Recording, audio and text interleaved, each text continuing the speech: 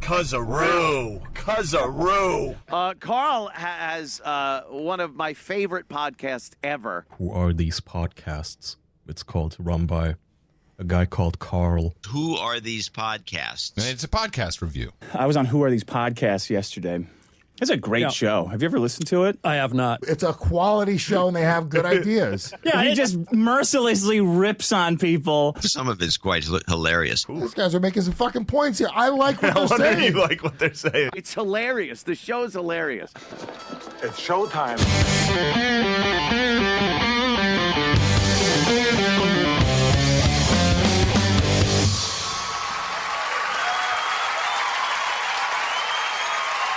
WATP.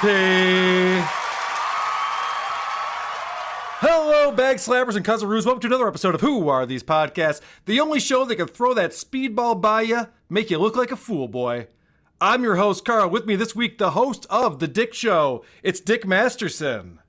Hey, what's up, buddy? What is going on? Thank you so much for joining us again. It's been a little while. We love having you back. Hey, I love being here, except I hate the part where you make me listen to some of the most terrible and disgusting podcasts I've ever heard. This week's was a new low. I still feel gross after having listened to it, so thanks for that, buddy. Before we get into it, I want to tell people to go to whoarethese.com to get our email address, voicemail number, link to our subreddit, link to our Discord server, link to our merchandise, link to our PayPal account. Also, we encourage our listeners to give us 5-star reviews on iTunes and then shit all over us in the comment section. We have a bunch of new ones, and I just have not been able to get around to those. So one of these days, we're going to read all those shitty reviews. Today will be... Oh, I should mention, too, Dick, I'm up over 500 one-star reviews at this point. It's a milestone. Oh, wow. We reached a milestone this week. Incredible. You've got momentum. You've got real one-star momentum. You get a couple 1 stars, it's a fluke. Maybe you suck, but you get 500 1-star reviews, you're doing something right. I got to think that if you're looking at just people reviewing podcasts, a good 80 to 90% of all reviews have to be 5 stars. Because you're listening to the show regularly, you want to let them know that you like the show. You hear a show you don't like, you just move on. The fact that we have 500 1-star reviews is really a feat. Yeah, you couldn't do that if you tried. You couldn't do it because half of people would go, "Oh, I know he's just joking, but I can't do it. I can't get. He's just working so hard. I can't." You've got real heat, man. You're like the Iron Sheik in circa WrestleMania 3. People just really fucking hate Carl. Today we'll be reviewing a podcast called "Why Won't You Date Me?" This was a suggestion that came in from Ross. Dick and I have both listened to the show separately. We have not discussed it with each other beforehand. Let's get into it. This is a podcast hosted by a comedian named Nicole Byer. We listened to episode number 21 because what Ross told me, they're up to 80-something now. What Ross told me was, you got to go back to the early episodes because Nicole is having all the guests look at her Tinder profile and try to give her advice because she can't get a boyfriend. So we went back and listened to episode number 21 called Body Positivity with a international supermodel named Tess Holliday. Yeah. So Intergalactic supermodel, I think, the size of this bitch. So Tess Holliday wrote a book called The Not So Subtle Art of Being a Fat Girl, Loving the Skin You're In. She loves the skin she's in so much, she's produced 3 times as much as she should need. She's got more skin than Octomom's kids. There's a lot of skin to love. If loving her skin is like painting the Golden Gate Bridge. When you're done with, there's so much of it. When you're done with it, you got to immediately start over loving the skin that you loved first. All right. She has tons of tattoos. Tess Holliday's tattoos are like, you can track her weight progress because the first one, I don't know what it is, but it like grows over time. It swells over time like the expansion of the universe, so it's all stretched out like a tree. I want to talk about the way these two met each other. They were on the Steve Harvey show together. So you got Nicole Byer, who's a comedian, who's overweight. Tess Holliday, who's an overweight plus size model. I mean, plus size model. It's unbelievable. I mean, Dick, I just looked her up this morning. I listened to this whole show, and I'm like, I should see what she looks like. Holy shit! I mean, it's comical. Like, It's comical. Tess Holliday turned modeling into a freak show. Yes. Like, you can't show up and see the bearded lady. You can't pay your quarter, but you can buy a magazine with her on the cover. She is the size of a planet. Her arms have their own arms. She looks like a van with makeup on it. Like, you'd think that someone painted a big mural on a van. I don't know how she considers herself a supermodel. Like, what? They have to Photoshop the moon that's orbiting around her. They have to Photoshop that out to put her on the cover of People magazine. She's a She large has her woman. own lens flare because the light cannot escape from her. So they have to rebend it when they take her pictures. And that's not even the most annoying part about her. No, okay, so let's get into this. They met at the Steve Harvey show, and they were on this show about fat women, where the audience was also all fat women. They're explaining this. I can't even imagine. They met on a Married with Children episode. So they're recounting the first time they ever met each other. This is the first anecdote that they remember. Yeah, they got us Luminati's pizza, Yes. which is Chicago-style deep dish. Ooh, baby, if you're in Chicago, you So better taste bomb. it. So good. That's the first thing they were on TV, and they're like, yeah, you know what they got us in the green room, which was amazing, was this deep dish pizza. Holy shit. Pizza. Two fat broads bonding over a pizza. That's the start of this Shocker. podcast, and it just gets greasier. I want to talk about how big this woman actually is, how big Tess Holliday is. Because, look, there's people who are overweight. I'm not at my ideal weight, so who am I to judge? But she talks about where she used to be at as a teenager and where she is now, and she throws out a number.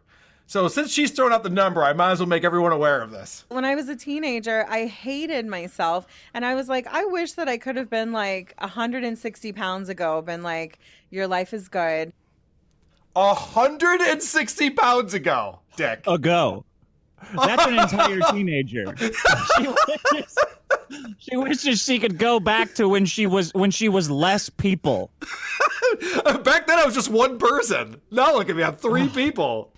God. She's gained back when I 100. only had to take 2 seats in an airplane instead of 3. No, she's just buying rows at a time. She gained 160 pounds since high school. That's incredible. And she has the nerve to say this later on in the show. That sometimes I think people are so focused on like everything being perfect online that they forget about actually working on themselves in real life. You know what? I heard her complain about body positivity a bunch of times, about not being perfect, but I guarantee you that bitch will work on a Sunday for an hour and a half until it's 3 feet tall and absolutely perfect. Like I don't know if they have the audacity to go into their personal gripes with men. Yep. Did you clip that one for later? Because it is the ultimate irony of 2 700-pound women talking about the minor problems they have with men is almost made my brain explode.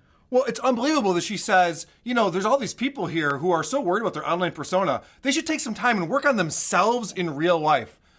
And I get it, Tess. I get it. You're trying to say that your body is just natural and that's what you're supposed to be. It's not true, though. That's not a true fact. She even has the balls, and this is impressive. I didn't realize you could do this and not get called out by everybody. But she compares her weight problem with people who have other ailments like can't see. In this clip. That's right. Dude, listen to Stevie this. Wonder. This is insane. Saying that I promote obesity is like saying that Stevie Wonder promotes blindness. Because it's like, it's who I am. Like, so if you could tell Stevie Wonder that you could get your vision if you just put down the pizza and hop on an elliptical, I'm guessing Stevie Wonder would be buying a Kindle in a week or two. You got it. This is very different than being blind. You're overweight because you eat too much. It's very different. I'm like, my body positivity crusade is exactly like Martin Luther King Jr.'s crusade. I mean, that's pretty much exactly the same. Right, Nicole? That you would agree with me, right? Pretty much. I mean, Palestinians, they want their land back. That's pretty much the same. I just want my respect back from people. And no one's going to call her out on this bullshit. It has to be us. I mean, a woman that size, if you call her out, you risk getting swallowed like Kirby. Yes. She talks about, so she's married, Tess Holliday. She actually has a couple of kids. She has a 2-year-old. That she knows of. She's probably got some hidden in the folds as well. A couple of them have been flushed. Oh, what was that? Whoops. Got to get the plunger out. I was surprised that she could have kids because she has a 2-year-old. I think that there's probably health concerns when you're that overweight and you have kids. Yeah, she probably went to SeaWorld to deliver them. They had one of those big... Shamu had kids. I remember that. That's true. I think That's a good point. They can do it. They got a big saltwater tank, load her in there, get some midgets to jump on her stomach until they squirt out. So she mentions that she met this guy online, and the guy, he's not unattractive. He's pretty slim. He's a pretty normal looking dude. And he's a lumbersexual.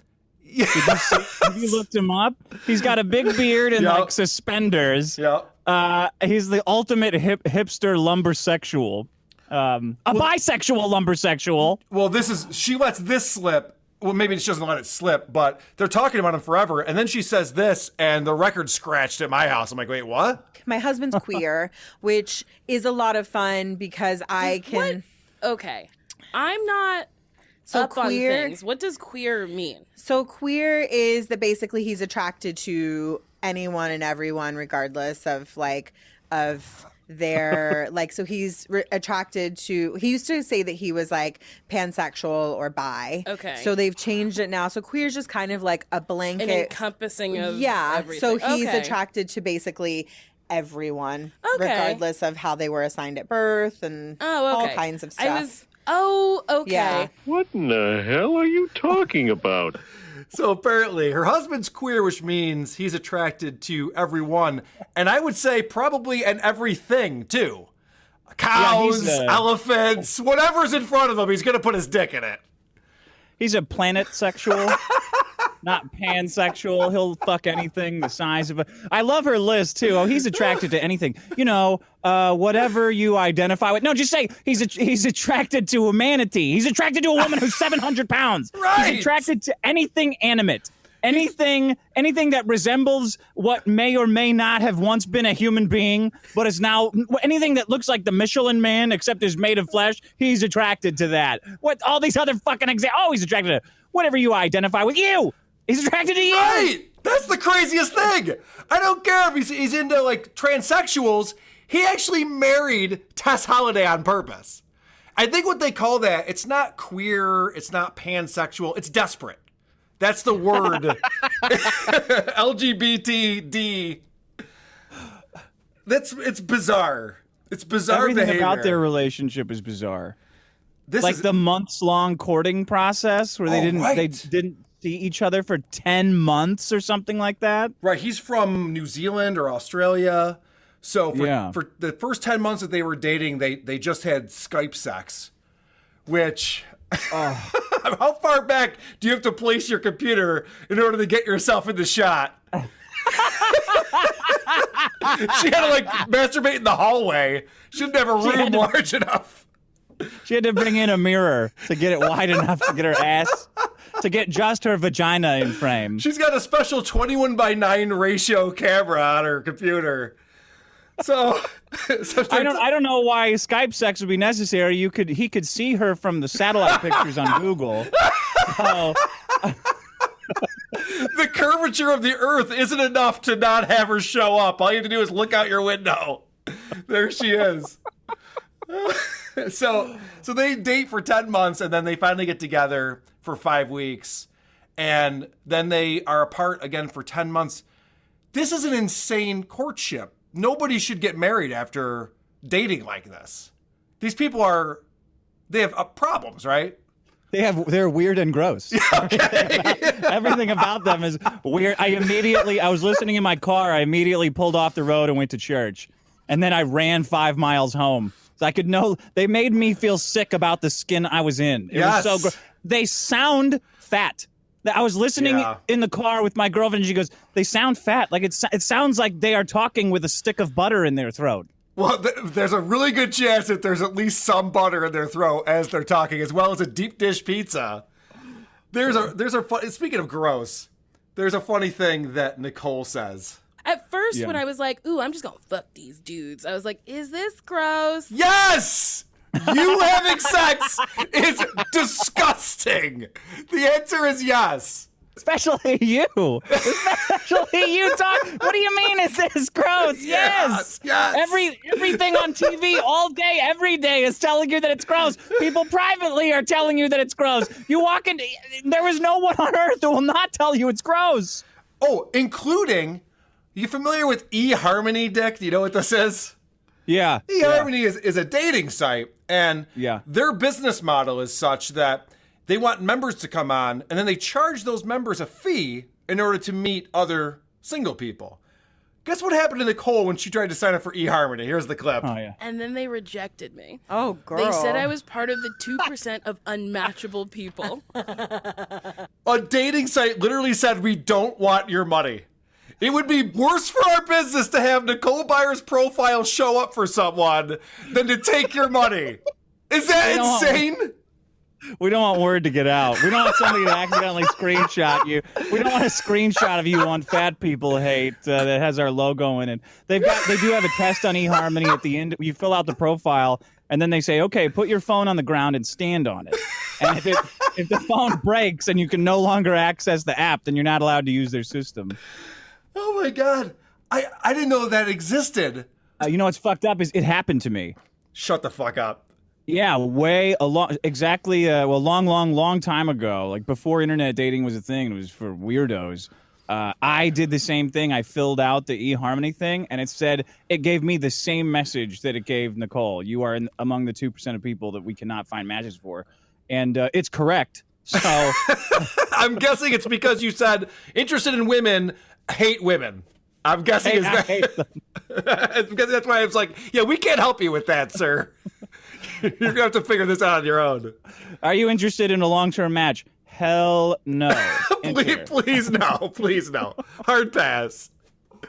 That's amazing. So you're not joking. You're being honest right now. No, 100% serious. 100% serious. I got the same message. The internet has been against you all your life. All my problems are on my insides. That's the difference.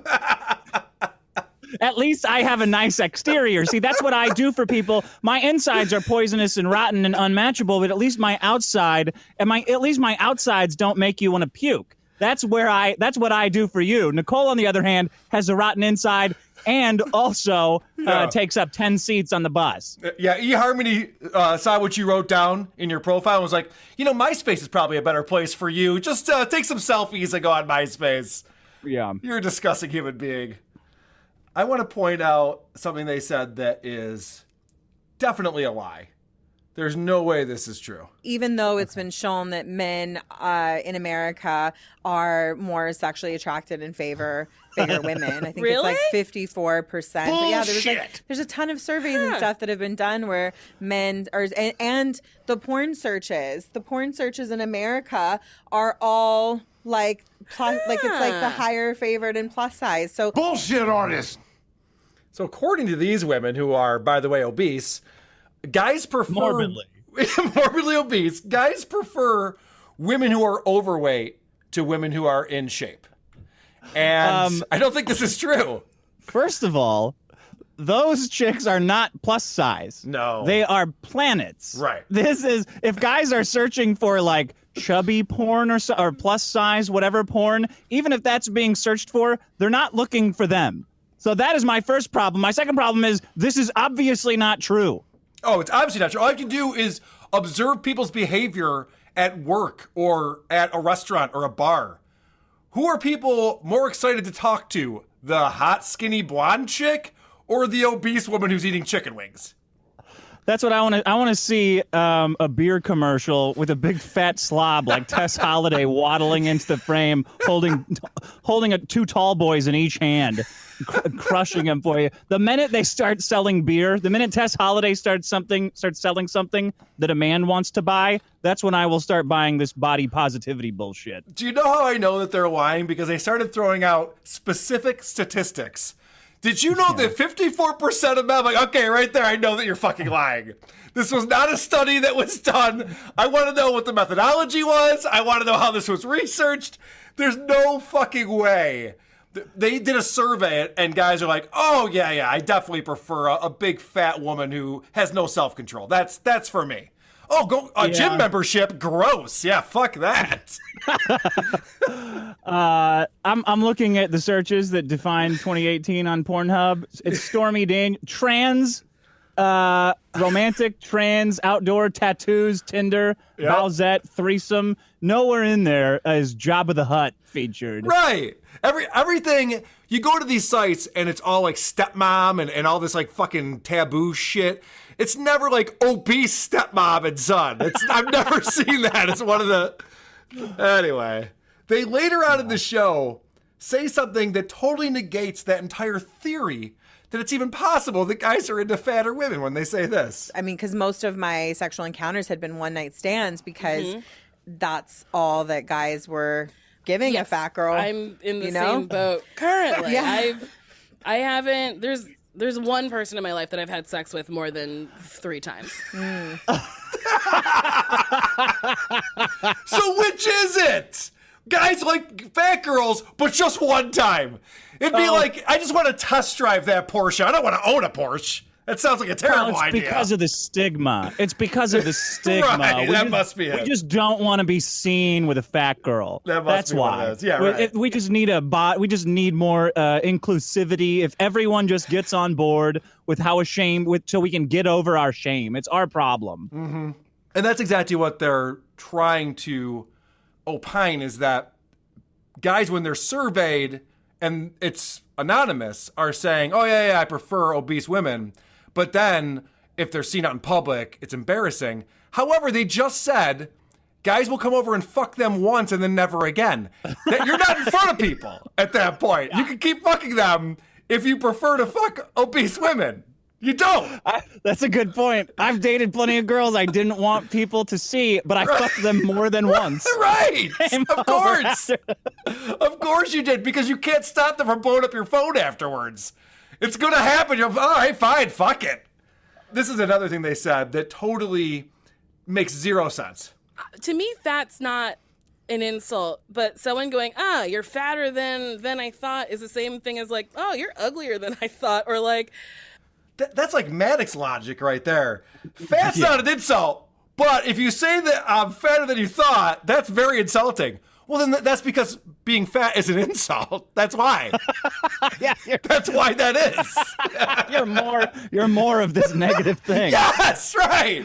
We're you're more addicted to heroin than I thought you were, huh? I mean, being a heroin addict's not a bad thing, but someone thinks I'm a really big heroin addict.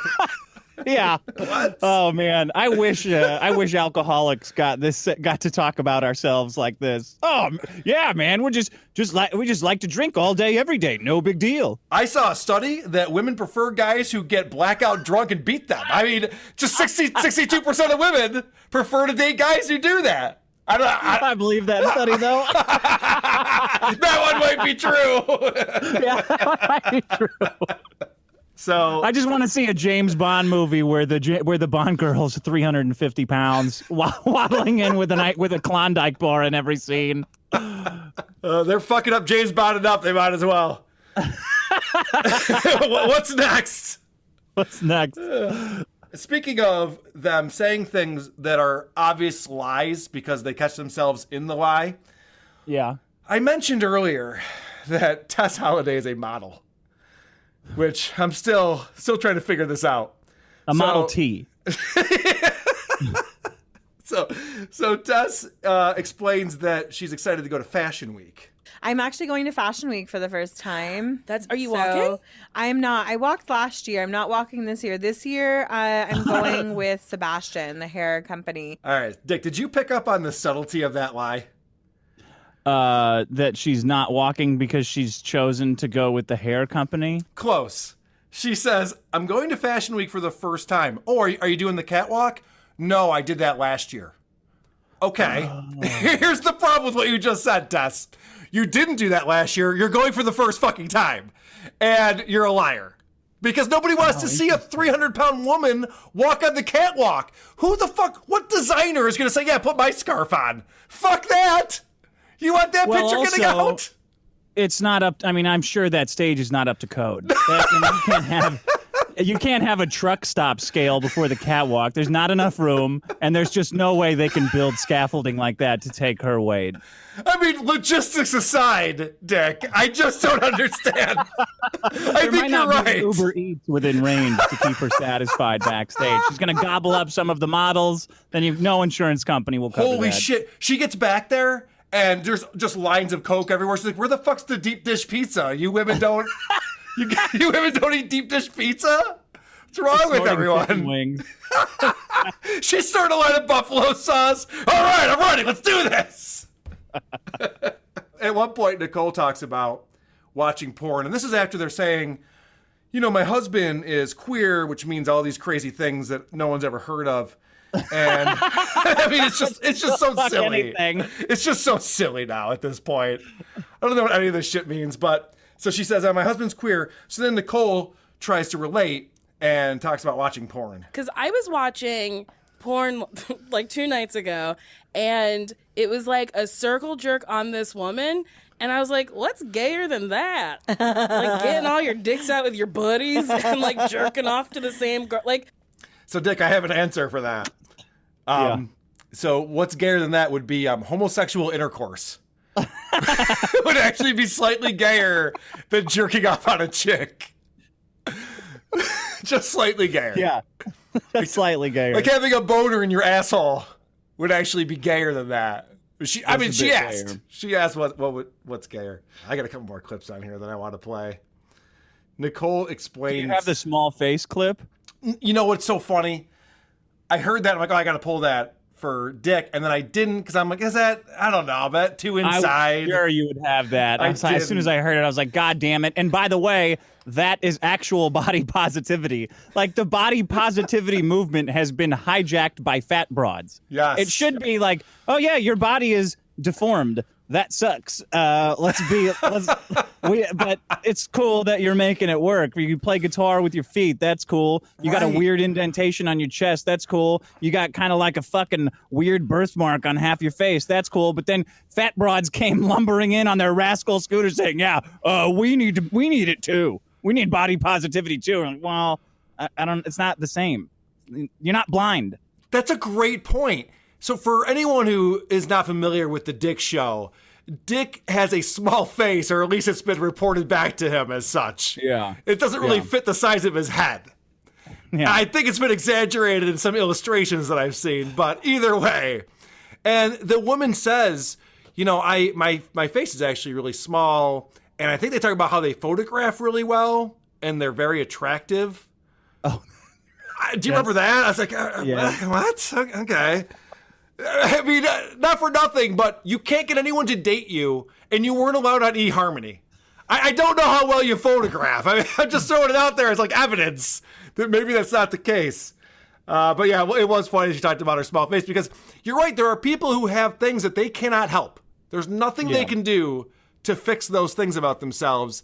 And now you have these women who are just like, I don't have any willpower. I love eating chicken wings, and fuck off if you call me fat. Well, that's not really the same thing. They can't even consistently stay positive. Like, then Tess goes on that rant about how she wishes she could go back in time and talk to herself when she was like a mere 230 pounds. And I'm thinking, well, wait, why? Which is it? You do not care that you're fat as a house? Like, wait, fucking pick one. Right. At one point, Nicole, because she's got this body positivity thing going, she doesn't give a fuck, right? So she explains what outfit she's wearing. I'm literally right now, you can't see it because it's a podcast, but I'm wearing a lace see-through dress with titties out because I don't fucking care. I don't know how that got into the recording. I didn't think I had my mic on when I was pulling that clip. My apologies. Who the fuck would want to hear about this? Why would that be made? I mean, what kind of sick bastard would make a lace thing at that size with titties can be hanging out of it? That's a good point. Is she wearing drapes? Like, I hope no human being made that. They should be thrown into space. One other thing about Nicole that just irritates the shit out of me. And she was in Rochester recently. My buddy Vinny interviewed her because she was doing stand-up here. And I haven't seen her stand-up. I don't know if she's good or not. But she's terrible at ad reads. Oh God. She reads them as if she were a child. She sounds like a little kid who receives way too much positive reinforcement from her parents. Like everything she does is amazing, and that's all she's ever heard all of her life. Because what adult would read an ad like this? It's filled with ingredients found in nature, such as coconut oil, shea butter, or tapioca starch. Also, it's made in the USA with ingredients thoroughly sourced from around the world. And there's no animal testing, and there's free shipping and returns. You guys, it works. By the way, she's doing an ad read for a natural deodorant. Yes. This is a perfect storm of the very last thing I want on earth is a show about for and by fat broads selling deodorant that does not work. Right. And I want to point out something that's very important in this whole conversation. If you want to go on and say, I am who I am, I'm happy about it, I'm doing everything my way, and I'm right, you have a podcast called Why Won't You Date Me? She could not get someone to date her. She has only had sex multiple times with one person in her entire fucking life. You can't have it both ways. You can't say, I don't give a fuck, I do whatever I want, but I really wish I had a relationship with someone who cared about me. Maybe you should change then. I don't know. I'm gonna throw it out there. If things aren't working the way you're doing things now, I would change them. Yeah. Just a fun idea. Fun idea. Plus, Dick, you used to do ad reads back when you were with that other guy. And the thing that they tell you, if you ever go on these calls with the advertisers, is they want it to sound like the show. They want it to be seamless so that it's like content and people who are listening don't even realize you're doing an ad. When Nicole goes that over-the-top reading style, it takes a lot away from the message itself. Because I'm not buying anything she's selling at that point. It's way too over the top. It's not natural in any way. She sings everything. I don't know what, like, this is, I don't know why these women picked this up. Haley did the same thing when you did Godzilla versus Podcast Zero. Maybe it's just these improv women comedians. But they sing so much that I can tune it out like a baby crying. Like, as soon as they start, as soon as it becomes a song, I'm like, oh, I'm out.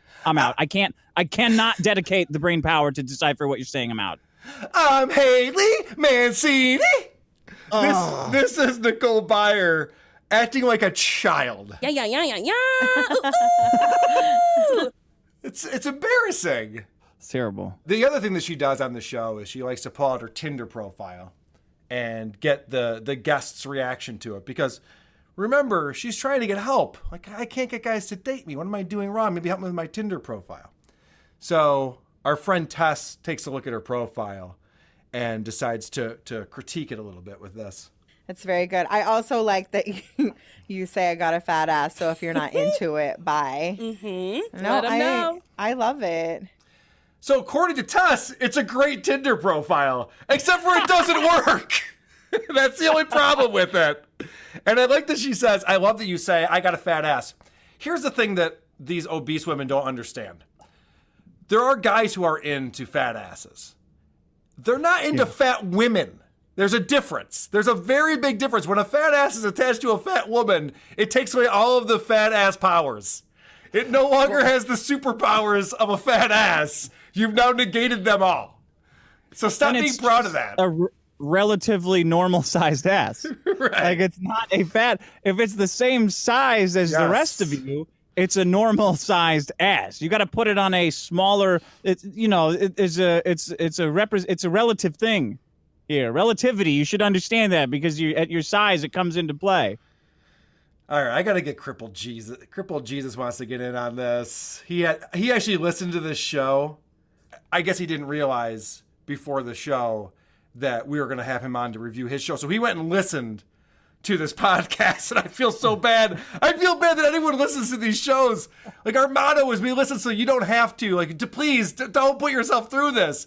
I'm not having fun. I spent my Saturday listening to fat women talk about how great it is to be fat. I don't recommend this lifestyle for anyone else. It's not good. You know what? It made me more motivated than ever to lose weight. Listening to those Tess Holliday talks in a way that I believe is designed to burn less calories. It's interesting. She's so lazy when she like barely moving her lips, barely moving her tongue. I think that is a way to burn less calories. It's an innovation in fat studies. I'm not going to lie. I don't talk about personal things very often. I was on the rowing machine right after listening to this podcast. It motivated the hell out of me. I'm like, fuck. I gotta burn some calories. This is not the lifestyle for me. Oh, hey, Crippled Jesus. I want to work out so hard that I look like a different species. Right. Hey, can you guys hear me? We can. Yeah. Crippled Jesus, what's up, buddy? I'm sorry you listened to this whole show. Do you wanna give us any of your takes on it? Oh well, I think if you wanted to make a case that you should repeal the 19th Amendment, this podcast is it right here. Yeah. First you let women vote, and now they're making podcasts. I think they're taking it too far, buddy. You're right. We've given them too much momentum. That's the I did a lot of prep for your show. I can't believe I listened to a whole hour of Opie. You listen to Opie, too? I listened to Opie talk about the weather and stingrays. Holy shit. I'm sorry to hear that, buddy. I haven't even listened to that episode. He was out on the boat or something? Yeah, you know what? Actually, because I listened to the Byers and the Opie back to back, and listening to that fat swab with her sing-songy voice, it actually made me look forward to Opie. Crippled Jesus is like, I can't walk, and this is what brought me to suicide, was listening to Opie and Nicole Byer back to back. Well, my legs were already crippled, and listening to that show crippled my ears too, so thanks a lot, Carl. I apologize, buddy. You've got a rough life. Cripple Jesus, can you rub it in their face that they're like 10 times your size and you literally can't walk? Like, how do you stay skinnier than these planets without being able to? That's a good point. It's funny to hear fat broads complain about how hard it is to lose weight, because I literally lost 56 pounds and I can't move half my body. Holy shit. Crippled Jesus is like our shield right now. Like, there's people who listen to the shows like, these fucking assholes, they're the worst fucking people, and then we get Crippled Jesus on, they're like, all right, well, now we can't. That's the end of that. All right, let's talk about your show, Crippled Jesus. I listened to an entire episode of your podcast, so I'm one of the few people in the world who has done that. And yeah, we got 30 listeners. Watch out, Howard Stern. We're coming for you. Well, you actually might be catching up to Howard Stern where he's at right now.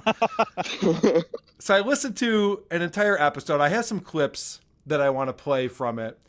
And, oh, man, I got to tell you, buddy, and you told me not to hold back, your show is bad at every single level possible. The content is beyond boring. The sound is terrible. There's no editing. There's echoing and computer sounds all over the place.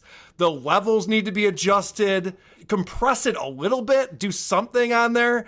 It's almost impossible to listen to. Well, I don't want to shit on my audio editor, but I'm not really responsible for that. Fair enough. What the hell do you mean you're not responsible for it? I mean, well, my audio engineer does that. We have a Sean. Yeah, well, your Sean is no Sean. I don't think you do. Yeah, no shit. Not I think you have a Juan. Let's pick it up right here. This is near the end of the show. for some reason, Dick, you and I both get brought up during this shit fest. They're looking for a question that came in on Twitter because they've done no preparation. So the guy has to find it, and you can hear his mouse scrolling as he's scrolling through Twitter. It's a little bit of a longer clip, but give it a listen. You have that old diggity question? Oh, fuck. Sorry, there's so much shit on my Twitter. I would never fill up my Twitter with crap. Mo Diggity liked my tweets. Fuck. I like that you're a podcaster, but you have your Windows sounds on. I mean, Dick left his phone on during Biggest Problem. Carl. That's Biggest Problem, though. Carl, from Who Are These Podcasts? This is the kind of shit you'll love to hear. Tips and Windows computer sounds. I know you love it, buddy. Review our show. We love WATP over here.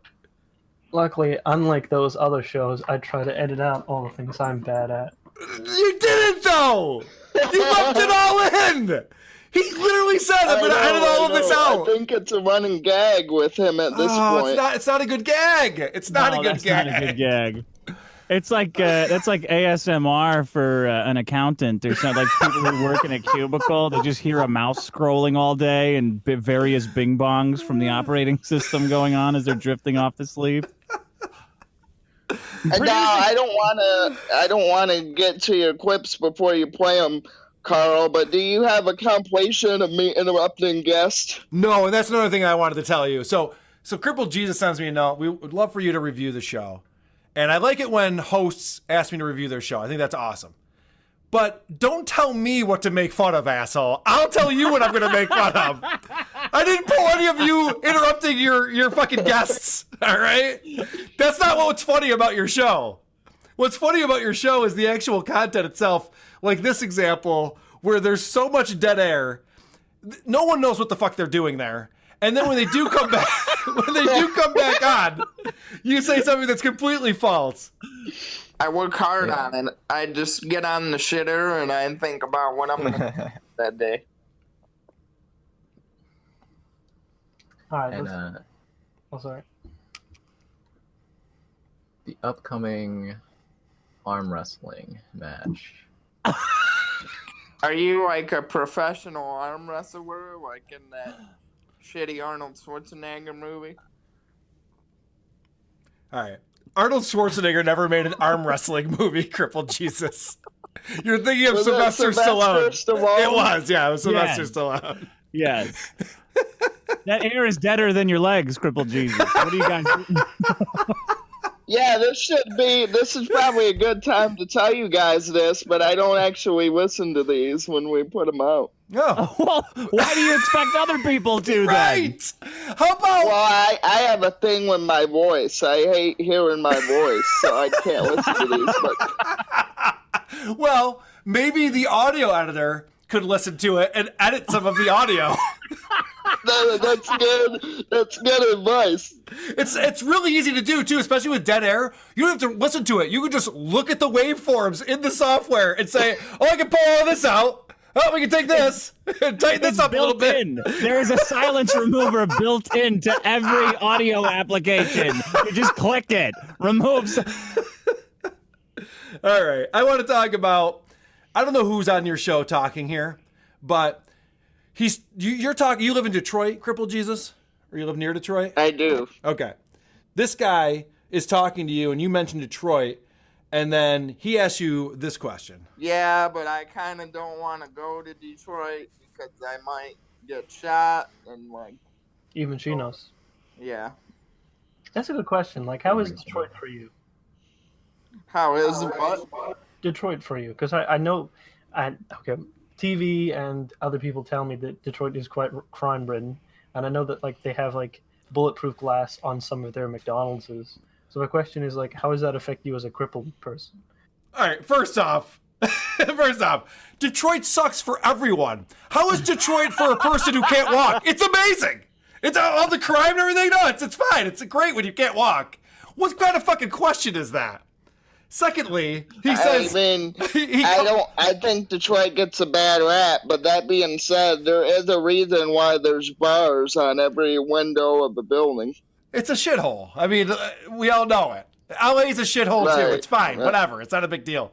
But he even calls his shot. Before he asks the question, he explains that he has a good question. That's a good question. Like, how is Detroit for you? That is not a good question. That's a terrible question. Yeah, you know how I know it's not a good question is because you preface it with, that's a good question. Right. Hey, you know what? I got a great question for you. You live in a shithole. How does that work for you? Terrible. It sucks is the answer. If I had legs, I'd run away. Is the answer to that. What is a possible answer for that? Like, oh yeah, it sucks for me. If I stop for too long, they steal my wheels, and they put me on cinder blocks and take my wheels. Like, what is a possible answer that anyone would have had for that? Holy shit, that is the answer. I think Unless you're talking about an M.C. Escher painting, like what specific problem does this have for someone who can't walk?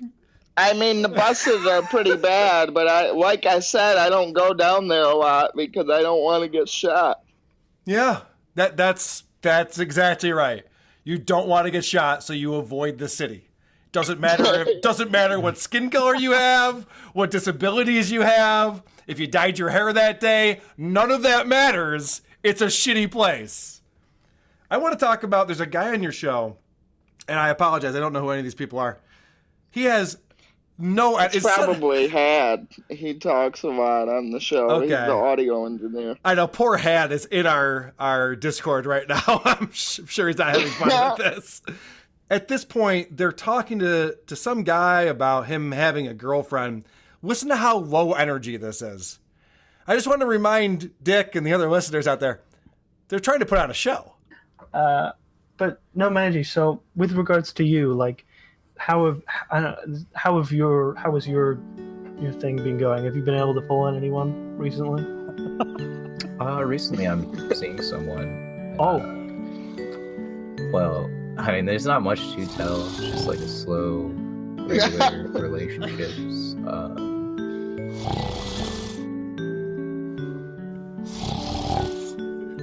Crippled Jesus, what are you doing? What are you doing? Who are these people who are on your show? Why are they talking about nothing with no energy? Well, sometimes I realize that I interrupt the guest too much. Yeah. But there's actually times in the show where I should probably do that more. Maybe that isn't the problem. Maybe the problem is that you're not doing it enough. Yeah. Right. So this guy is explaining... this is an Asian gentleman who's on your show. Who is this? We had an Asian guy on the show. I know we had an Asian woman on the show. This is an Asian guy who explains that he has a girlfriend. And immediately the first question is, like a real girlfriend? And he goes, yeah, like in real life, I have a girlfriend. You don't remember this conversation? Oh, I thought that was an anime weeb that we interviewed. I wasn't aware that guy was Asian. Oh, okay, because whoever's interviewing him, maybe it's Had, says, I know you're Asian. Is your girlfriend Asian? He says, yes. Anyway, regardless of that, I just want to play this clip because I didn't realize that this is where we're at when you're asking someone if they're dating a woman. Okay, so is this, and again, I'm not trying to be politically incorrect here. Is it a biological woman? Is it a woman? Is it a trap? Is it what's the deal? 100% woman. Whoa. I didn't edit that in any way. He goes, no, it's actually just a woman. The guy goes, whoa! Is that a surprise these days that you'd be dating a woman who was born a female? What? She's been a woman her entire life? Why is the run-up not offensive, and then he follows it up with a whoa? Right, that's the most offensive part. Of it. What was your reaction gonna be if the answer was no? Well, and the only explanation I have for that is in the age of e-dating, you don't know. I mean, look at Chris the Kiwi. He gets catfished all the time. Chris the Kiwi is not a normal person. That's not how we're judging society. Chris the Kiwi's a lunatic. Oh, shit. Why did he need so many disclaimers before asking if it was a woman? I know. I don't want to be PC. I mean, I know, everybody knows that I donate yearly to the LGBTQT plus association. And of course, my sister is a lesbian. My father is a homosexual. And my mother is a turtle. I just had to say, is it a woman? What kind of woman are we talking about? One with a vagina? One with boobs? What are we talking about here? What percentage would you say if you had to put a number on it? Can you be more specific? Can you look at this chart? Woman, I could have sworn he meant body pillow. All right.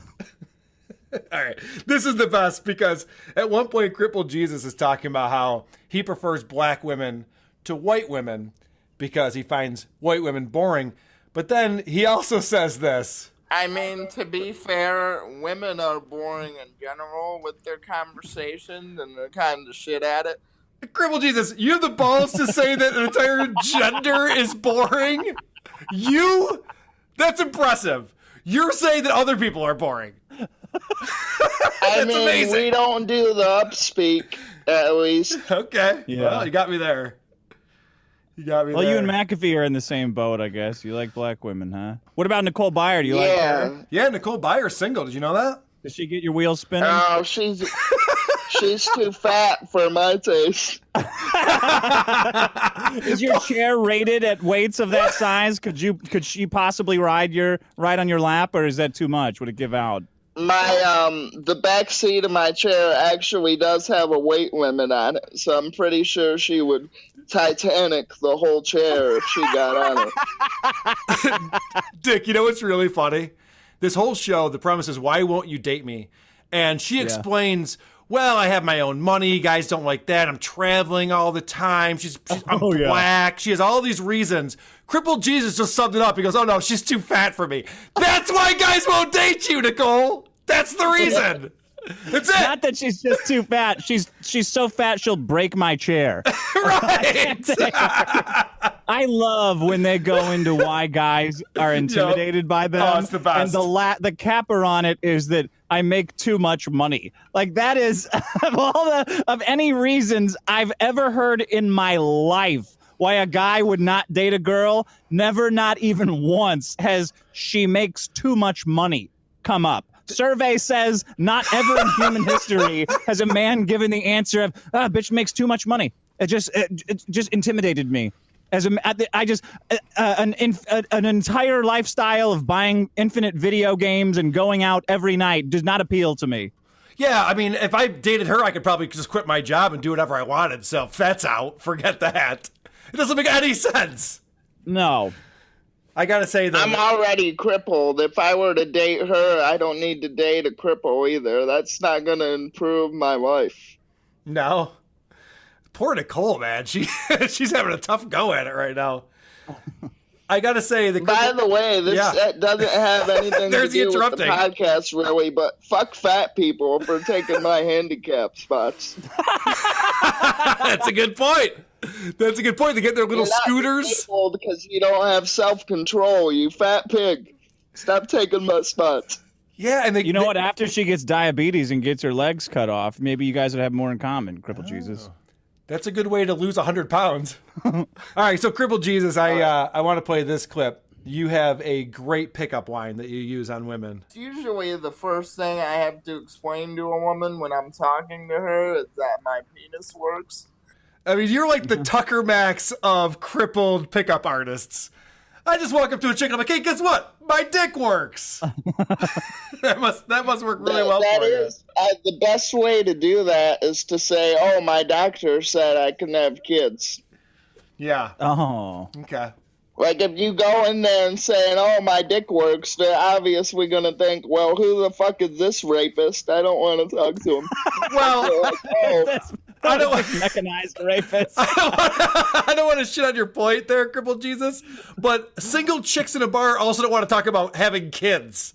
That's also not a great thing to bring up. You got to ask them. I bet you're wondering if my dick works. Right, that would be the way to do it. Put them on their heels. That would be the way to do it. Crippled Jesus gives investment advice, and I know you've mentioned many times you have no money, Crippled Jesus. And, no, I do not. And it shows with this investment advice. I have a feeling that Dick's gonna love this. We're gonna have a lot to break down after this clip. Also, Maggie, you had another question that we forgot to answer. I don't think we answered it on the show. But you asked me for investment advice. My advice would be to invest in Titcoin and then start using the Robinhood app and just trade penny stocks. That way you can be stock savvy, and what you lose isn't exactly, it's not a big loss, so it wouldn't be a big deal. Even if you are shitty at the stock market, you'll probably just lose a couple dollars. Can I take the first stab at this one, Dick, and then you can jump in? Yeah. Okay.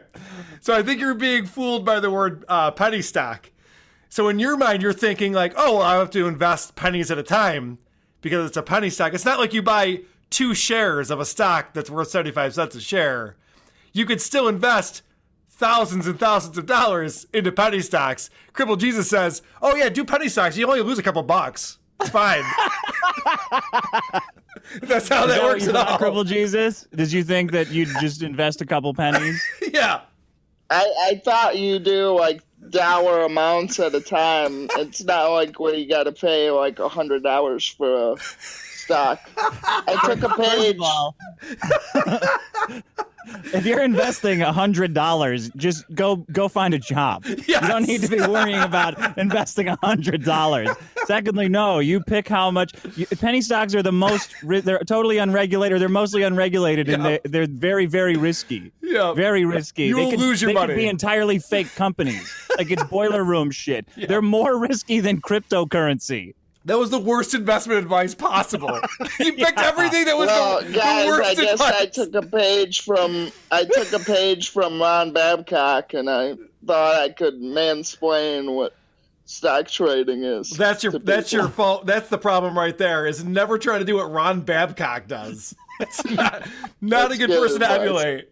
The only other thing I want to talk about, you were very excited when you start off the show. You say this. Today was a very big week for the Cripple cast.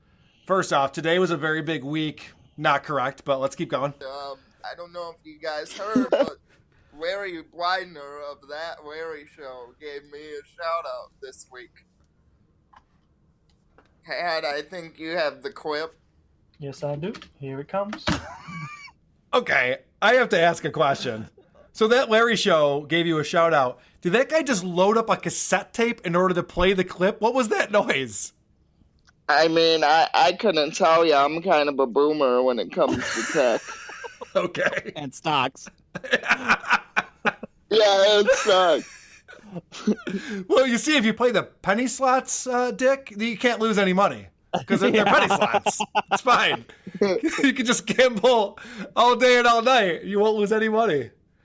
Holy shit. So he plays the clip of Larry giving Crippled Jesus a shout out. And then Larry says this. By the way, I'm supposed to do a guest shot on his show soon.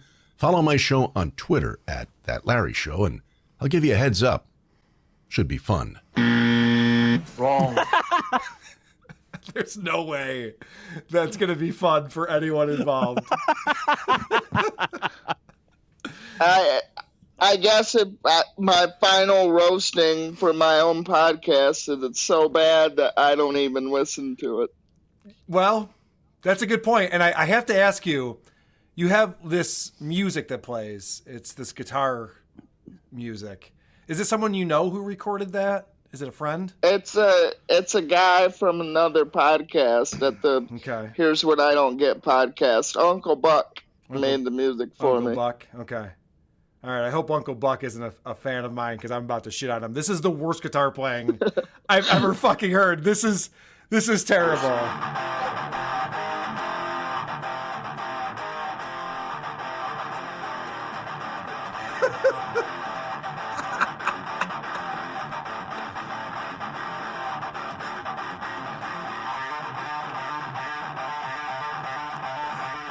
Wait for it. This part's amazing right here.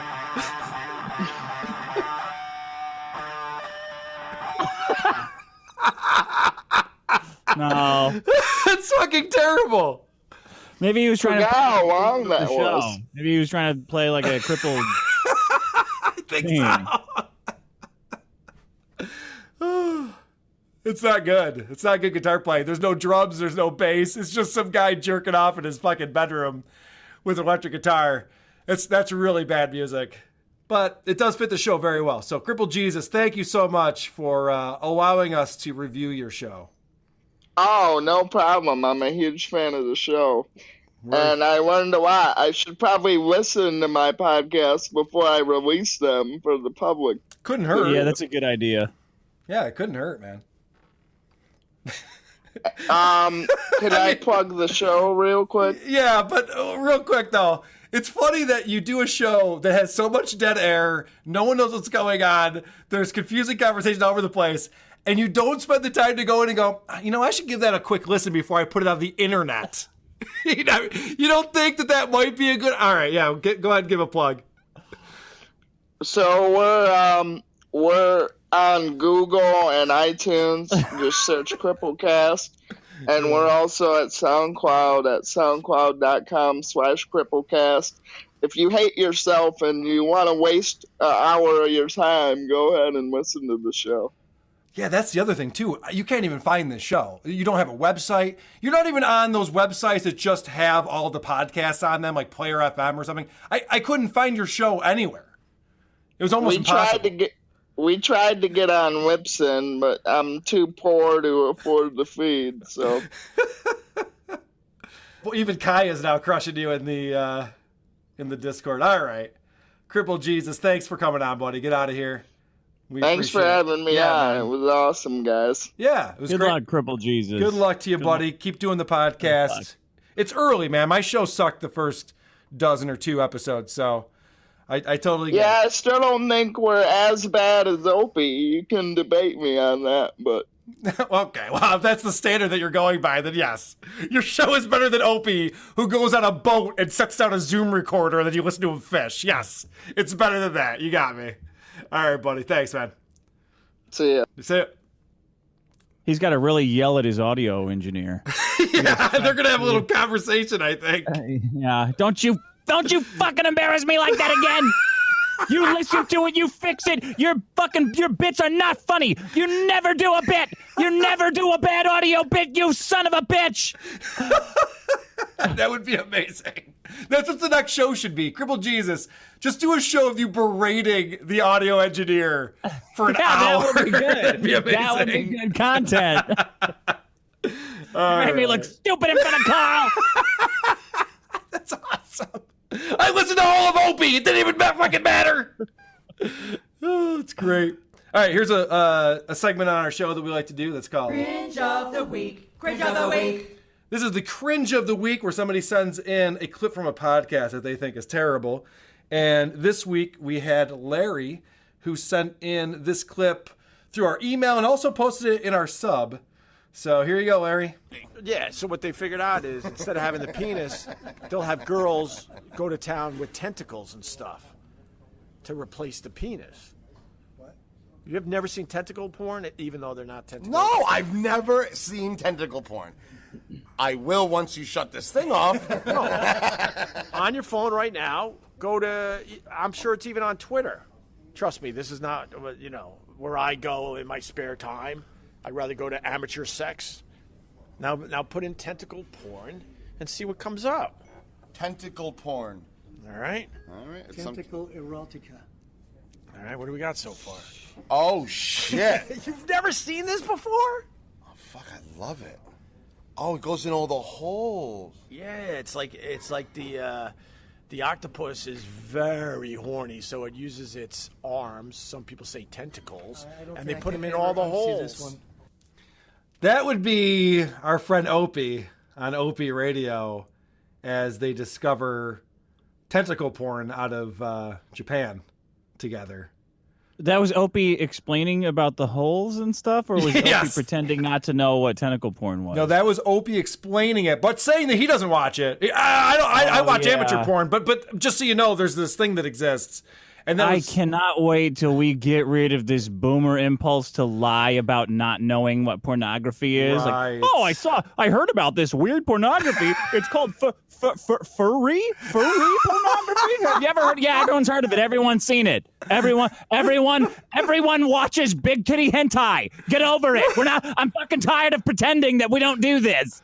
Shut up. I'm sorry. Do you pronounce that cuckold? How do you pronounce? I don't know. I've never seen it. I don't know what it is. Why would anybody get off to this? Can you imagine? Yeah. I easily can imagine. Why are you? Let me see your Google search history. No, get away. Oh, okay. It's weird that three private browsers open on your machine. It's weird that you would bring it up. Oh, you guys hear about this thing? But then immediately have to say, by the way, this is not my thing. I'm just the one talking about it and bringing it up. Talking about it like a child too. They go in all the holes. Like, what the fuck are you talking about? They go in all the holes. It's not a bowling ball. And this is, by the way, this eroticism has been around since like the Edo Japan period, and before that, everybody understands. Like you're making it something stupid, but it's high art. What that throughout the ages, we understand this sexuality at a better level than a fucking child. But it goes in all the holes. You guys gotta see this. It goes. You can see the pubic hair. You can see. Okay. The boobies. So last week we did a cringe of the week, and I was surprised to hear there was a karaoke show. There's a podcast called Karaoke Big E. And this guy was singing a Creed song. So this podcast exists where they sing karaoke This is songs. worse than the Fat Cast. Was that what that was called? The Fat Cast? It should be called the Fat Cast. So this show found out that we did their show as Cringe of the Week. Now, keep in mind, Dick, Cringe of the Week is a single clip. It takes about, 2.5 minutes for us to play it and talk about it, and then we move on. And it's sandwiched by us shredding other shows to pieces. Yeah. Like, if my show was on someone's Cringe of the Week, I'd go, oh, okay, that's neat. These people took so much offense to it. They were so upset. They dedicated their entire next episode to it. So I just want to play a couple clips from And this is a karaoke podcast? This is like the most embarrassing thing you can do, and they're humiliated by this? This is amazing. So this is them explaining that they're not just a karaoke podcast, Dick. If you would listen to, if your little crony wouldn't have sent you a clip of the show and you would have listened to the whole fucking show, you would figure out real quick we do not take ourselves seriously. Yeah. I mean, this is first and foremost a comedy podcast. Oh yeah, that's premised around karaoke. Okay, so I misunderstood. I thought there was a karaoke podcast because it's called Karaoke Big E, and they sing songs karaoke style, but it's actually a comedy podcast. Oh, yeah, that does not take themselves seriously at all. Right. So I'm thinking, so when I heard that, I'm thinking like, oh, good, and they probably took our ribbing in stride, and they're like, oh, it's all good, guys. That's funny. We're doing a funny show, too. Let's all just have fun together. So this is an example of some of their jokes that they have on their show. There's so many shitty podcasts out there. Of course you got content. Of course. Their whole thing is, grass is green. Oh, there are shitty podcasts. We think they bad. Yeah. Ooh, podcast bad. Are you dipping? So what song do you want to do first? Great improv skills, dummy. Jesus Christ. That's fucking terrible. Don't declare yourself a comedy show and then have zero jokes. Well, it makes it difficult. You're the big fish in a small pond if you're a karaoke podcast. If you're going to be a comedy podcast, your material just got a lot shittier. Yes! That's a great point. Embrace the fact that you're a karaoke podcast. You're number one. You're the number one. You guys don't want to pull this thread. Just be karaoke. Oh, they made a cute joke. How about that? A karaoke DJ has a very low bar because people are compelled to celebrate the karaoke part. This is them telling us to fuck off. Usually I'm not like honest on these podcasts that much. And I'm kind of poking fun and being like, these guys are fucking assholes because they are. But like genuinely, they are doing nothing. They're literally doing nothing and so fuck them. You know, they're doing a podcast about podcasts. Yeah. The fuck. And if Yeah. we wanted to be So famous hard. singers, So fucking hard. Go to So Hollywood. hard. So this is their take on it. They're like, oh, fuck these guys. They didn't like our show. Fuck them. And the one guy has the balls to say this. This is unbelievable. Yeah. And and go ahead, Blake. If you have a show about a podcast, a podcast about podcasts is you're unable to make your own content. Exactly. Yeah. You literally You're relying on everybody else's content. Now here's no, you're not. You're really not. So, Dick, this is a karaoke show, and they said that we don't have original content. Is that fucking amazing? You're singing other people's songs as the content of your show, and you're calling me out? Holy shit. Your podcast is based on singing other people's songs to people who are just waiting for their turn to go up and make asses of themselves. Yes! Like the subject of your show is based on a waiting in line.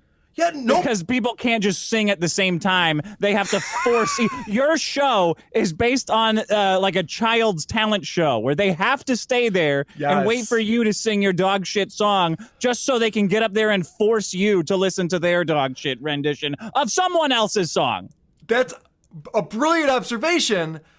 Karaoke, by its very nature, is not something you go to unless you want to also be on the stage singing.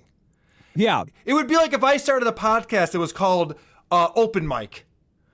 Hey, it's a bunch of guys who can't get a crowd to come see them perform comedy, so they have to all get a chance and take their turn. It's the Open Mic podcast. Who the fuck would want to listen to that?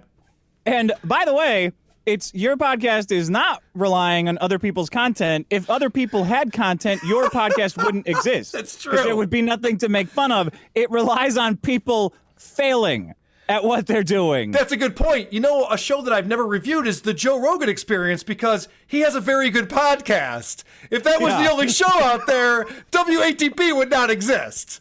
That's a great point. The one guy gets so pissed that he throws his phone. He put me down too. Yeah. And I threw my phone against the wall. I put a hole in my wall. They're very upset about this. What did you say? I just didn't like their singing. I didn't like the song they picked, and I thought they sing on that thing. They were singing a Creed song. It's a karaoke podcast. Oh my god! Why don't they just tape that? Are they jerking off while they're doing it? Like, what is Yes. This is like a dick pic sent to the entire world.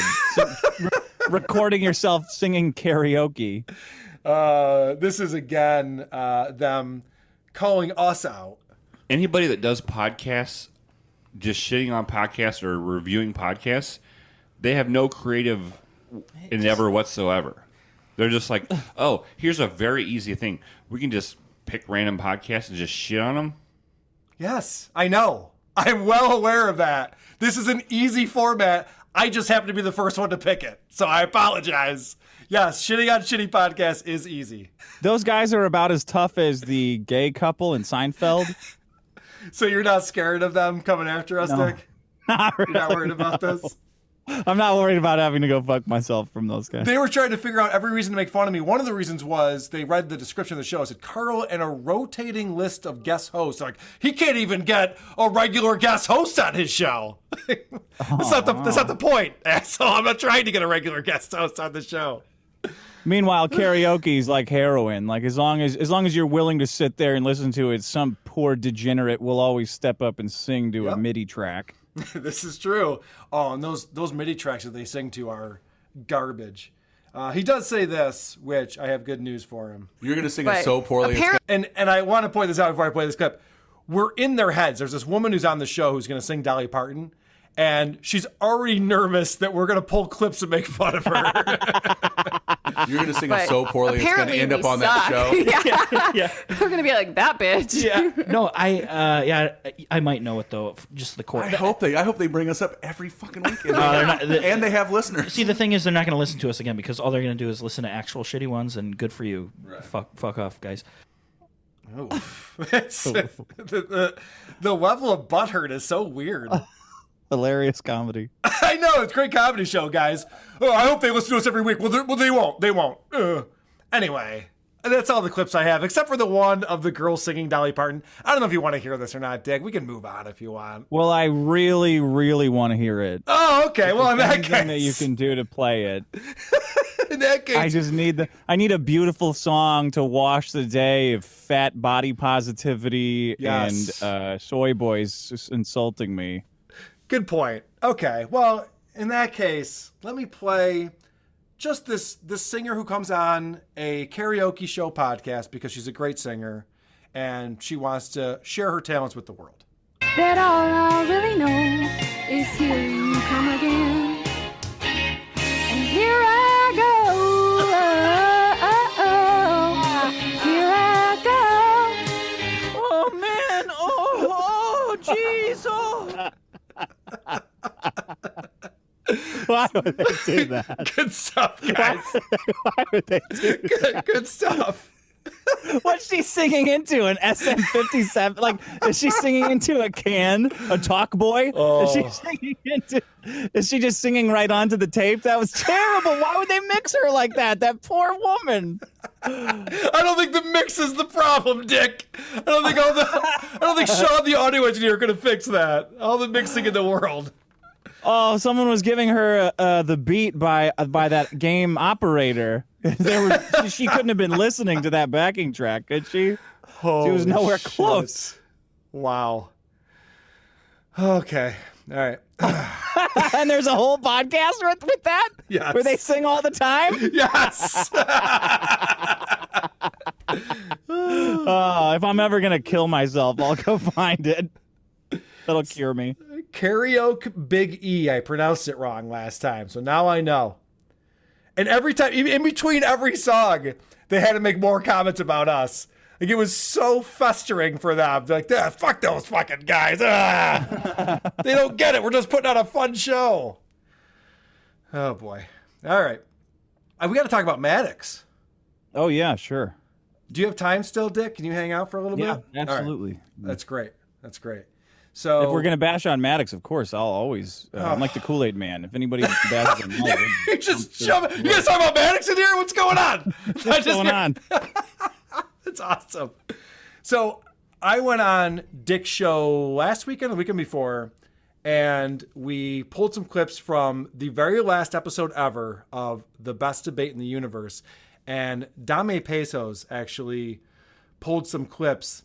I've now listened to that entire 3-hour plus long episode. Oh, God. I know. Did you listen to the edited version or the live stream version? I listened to the edited version. Whatever they put out, I downloaded it. Okay. And I have to give Dame huge props. The clips that he pulled were the clips to pull. It was perfect. So what I pulled here are other things. I didn't want to do any repeat stuff that we've already talked about. But I also want to let everybody know that Dame is here with us. Hey! Not really. Oh, not really. I just have his laugh on my soundboard. 'Cause I thought it would make this more fun. It makes me happy every time I hear it. Me too. It's the best. So let's get into it. I have a few clips here to talk about it. This show, now, how much of it did you end up seeing or listening to? You know what? I only listened to Dame's clips. Okay. I had his stream on mute, and I was just reading the chat the entire time. Okay. So none of it. The debate is what's so great about Maddox, or what's the best thing about Maddox, or something like that. And what a hug box. I know. So this is the ultimate cope episode. This is my last show. I need all my friends to come in and tell me how great I am. So for the first 2 hours, he just has rotating people coming in and out, in and out. Hey, tell me what's great about me. And then they talk about that. It's terrible. It's not interesting. It's a bore fest. There's no jokes being told. At least Rucka's trying to mix it up a little bit, but it's not good. In hour number 3, Maddox just wants to talk about, he has 17 pages. He mentions this multiple times. He has 17 pages of topics that he was going to get to had the best debate continued on. Oh my God. Okay. So I want to start off by playing, and this is all he wants to talk about. These are all the things that we would have done. I'm going to play a clip here of him just listing show topics. Should parents be responsible for their children's discipline problems? Should bullies be held responsible if it results in a victim's death? Is it better to date someone intelligent or attractive? I think that was one of yours, Kelly. Yeah. Should all nations have the right to nuclear weapons? Should we reintroduce corporal punishment in schools? Should there be a fat tax? Do ghosts exist? Is it rude? Is it rude to ask people how much money they make? As he's going through all these things that they'll never talk about, I don't understand why he thought that would be good content to list all the things that he had at one point written down. You mean instead of like talking about them with all of those people gathered around? Correct. Like, instead of making your friends tell you nice things about you because they're not really insult comedians and because you cry easily and will hurt them. Right. And you can't mention the lawsuit. Like, you can't mention your own biggest fuck ups. Right. Instead of doing that, you mean actually go through and have these debates, which would be like what the show's premise is, instead of just listing off topics so people think you're smart for questioning these things. You mean like that? Right. You're wondering that? Right. So it's at one point, Rucka just gets super fucking annoyed. And there's something very telling in this clip. Okay, are you done, Rucka? Anything else you want to add? No, I'm sorry for disturbing your list of topics we're not debating to actually provide some personal insight on something. Oh, great. Okay, so on the final show of a debate bring podcast this up next week. you won't get a fucking chance again, and I can't tell these debate topics of these 17 pages of work that I did. No one will ever know. So this is... Oh, my God. Yeah, so... Meltdown. So, Dick, this is very telling. What's going on here is that Maddox has done some prep work. He's spent, I don't know how many months writing down different topics that they could bring on. And now he knows that he's never going to get to them, but he needs credit.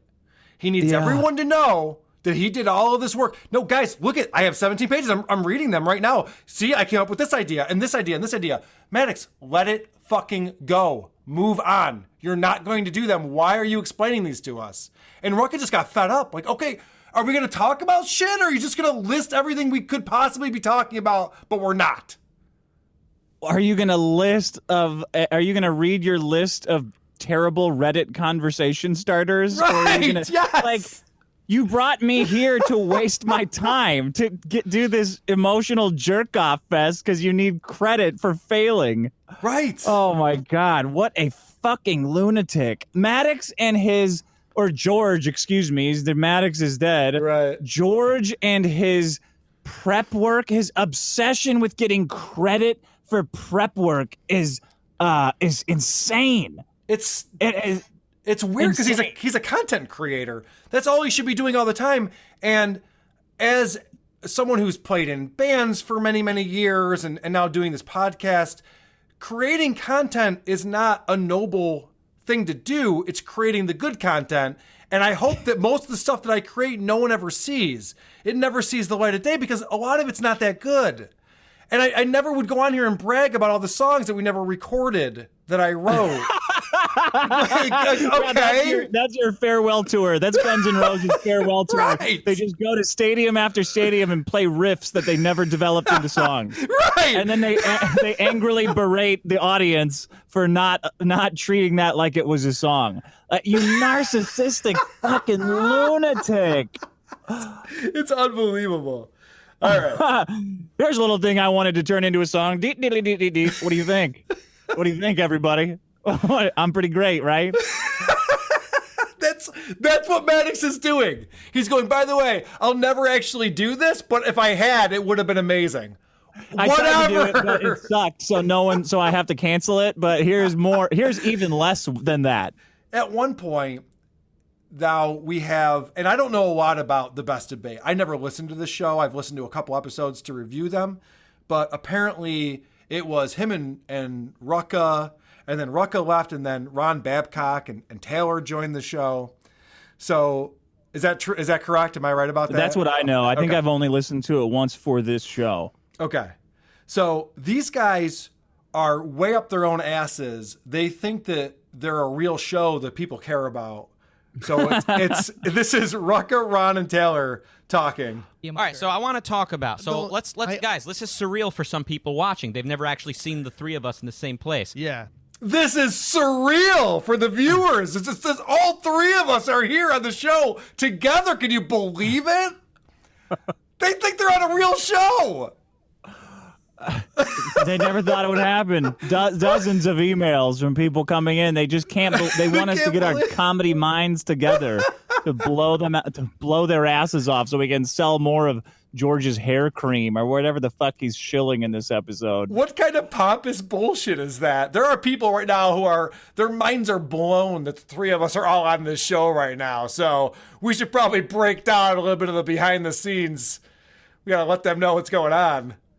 It's like the lamest cop-out meta humor that you could have. Yeah. Like, it's not a joke. It's like when comedians do this, but I guess everybody does it. You can easily see comedians do it when they say their fear, they pretend like they actualize their fears into content, into what they claim is content, but it's always self-indulgent. Like, that's not a funny joke because nobody's thinking it. People are thinking the opposite. Like, there's nothing is preventing you losers from getting together, and nobody wants it. You're just actualizing your failure and saying it out loud so you can cope with it. But it's not content. So you're it's not a joke. So you're thinking that was said tongue in cheek. I don't think it was. I think it's different. I don't think it's tongue in cheek. I think it's guys saying what's happening, but not preventing it from happening. Like when Crippled Jesus says, well, I don't even listen to it. Nobody should listen to it. It's like, no, God damn it. You fucking put your ass into it and you put something out that you believe in. Don't give me that cop-out shit. Dame agrees.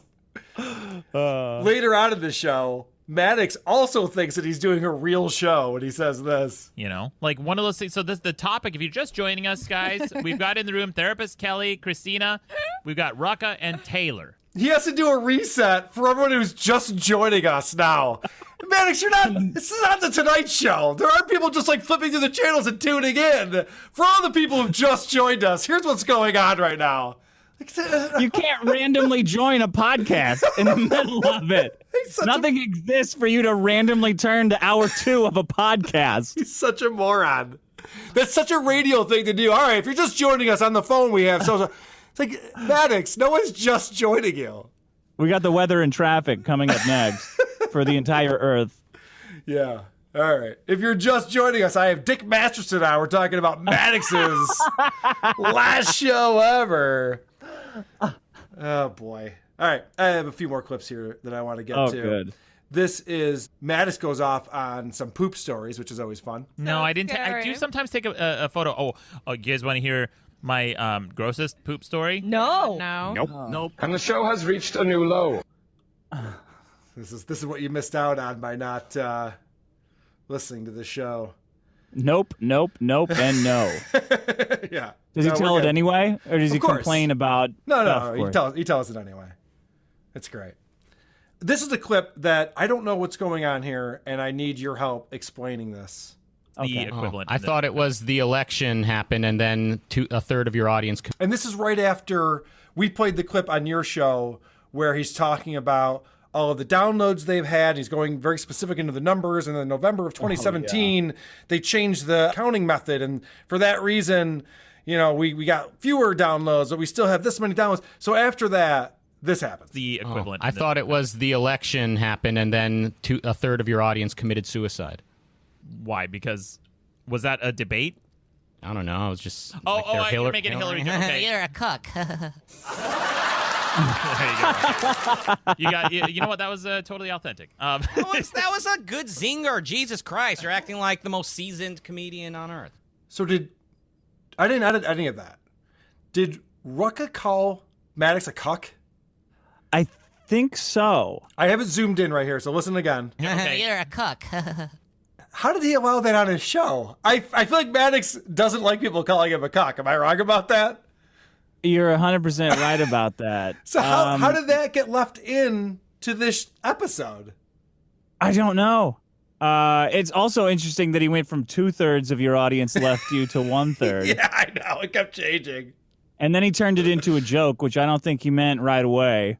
Right. And then the cuck thing has nothing. The cuck, him Rucka calling Maddox a cuck makes me think at first he intended to just say 2/3 of your audience left you, because you turned into an idiot. Johnson Brown in the Discord says, Josh from Kiwi Farms was DMing each of the people at the table, asking them to call Maddox a cuck, and Rucka obliged. I gotta think that's what's going on here. I think Rucka, like you said, he had the Taco Bell shirt on. I think he came in there saying, fuck this guy, I'm gonna let him know that he sucks. And he was the only entertaining part of the show. Yeah, I've heard some people say that. I'm not satisfied with that. Even if he was doing it, I'm still not satisfied with that. That lawsuit cost me a lot of money. I understand. And Rucka was right there the whole time. Yep, I totally understand. But Rucka does get one good jab in that I do want to play for you. And so they asked me to come on the show and read an original piece. Oh, wait, before I do that, I got to set this up. So he's talking about Don and Mike. Are you familiar with the Don and Mike show? I am not. Okay. Don and Mike was out of Washington, D.C., but they were syndicated here in Rochester. I used to listen to them, and apparently they were in Utah, too. So Maddox talks about that. I love Don and Mike. We have that in common. So Don and Mike Yeah. is the show that kind of put me on the map. Oh, really? Oh, my gosh. I was such You're on huge the fans. So Don and Mike, back in the day, when I was like 16 years old, I was listening to the Don and Mike radio show, and that was like my favorite talk show of all time. It was syndicated in Utah. Then it wasn't one day.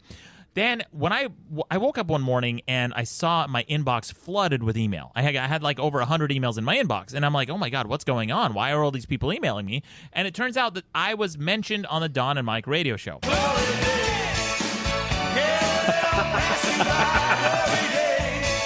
All right. So that's Maddox explaining that he was on the Don and Mike show because they were talking about his website. Wow, which has no ads on it. Whoa. Did he tell you that? So, a mention on a radio show. Oh, my God, you're on the map. You're on the fucking map. So then he's talking about how Don and Mike had him on their show, and this is where Rucka gets a pretty good jab in. And so they asked me to come on the show and read an original piece that I wrote, and that's the piece I wrote. It's called I Am Better Than Your Kids. That's the piece that kind of... What were they reading from you before that? Just all my articles. They just went through... Like what? Like, I hate Tony Danza? I know that's... Yeah. I know like two of your things. So I thought that's funny, because that's the only thing that Maddox has done is like, your kids suck. And he goes, well, what else is there? They discovered you before that? Are you telling me that Maddox wrote a visual gag for a radio show? That's a good point. That was his, like... That's what he read on their show. If somebody sent me that in for my show, I'd say, how the fuck am I supposed to read this on the air, you dipshit? What? It's just it's a drawing with crayons. What am I supposed to do with that? It doesn't work. Yeah. Oh, and here it doesn't work if I describe it and then re-describe it satirically. Doesn't work, you fucking moron. Couple more clips that I want to play. Oh, good. Yeah. So they're asking, what's the best thing about Maddox? And Taylor comes up with something. He says, and he's having a hard time. Taylor's struggling with this. He's like, because I think everyone on the show wasn't sure if it was supposed to be a roast to like, oh, the best thing about you is your feet stink, you know? Or if they're supposed to be like, oh, you're so generous and funny. No one knew how to play it. That's a roast that gets out of control real quick, though, when someone is a failure. Right. Like, you roast people who are successful. You don't, like, what Maddox needs is an intervention, not a roast. Tell me the best thing about me. Oh, the best thing about you is your career was as big as it ever would have been 15 years ago? Is that a good thing about you? You've been on the decline for a decade? What do you want me to say here? So Taylor really struggles with it. And he comes up with this fucking thing that he's like, well, you're a really good listener. And Max is like, yeah, I am. And then Taylor says, well, and because of that, you have all these stories. You can tell all these different stories. You know, stories about every different thing that's ever happened. And instead of Maddox saying, yeah, that's true, he likes to embellish the compliment. Oh, yeah. Here's the thing. Okay, so I'm always saying things like, a friend of mine did this, or I went out with this girl who did this. So oftentimes, first of all, I do have a lot of friends. That's not even a humble brag. That's a regular brag. How is that? So do women so do girls in high school. They have a lot of friends. What do you mean it's a brag? It's not impressive. He goes on a show. He goes, all right, the premise of the show is to tell me how great I am. Someone goes, well, you're really great. He's like, yes, you're right, I am. And I have a lot of friends. What kind of show is this? What the fuck? Who the fuck brags? What man brags about how many fucking friends? Probably the same kind of man who brags about how many times he's been the best man at a wedding, which Maddox has also done. Yeah. I'm everyone's best friend, are ya? Did ya?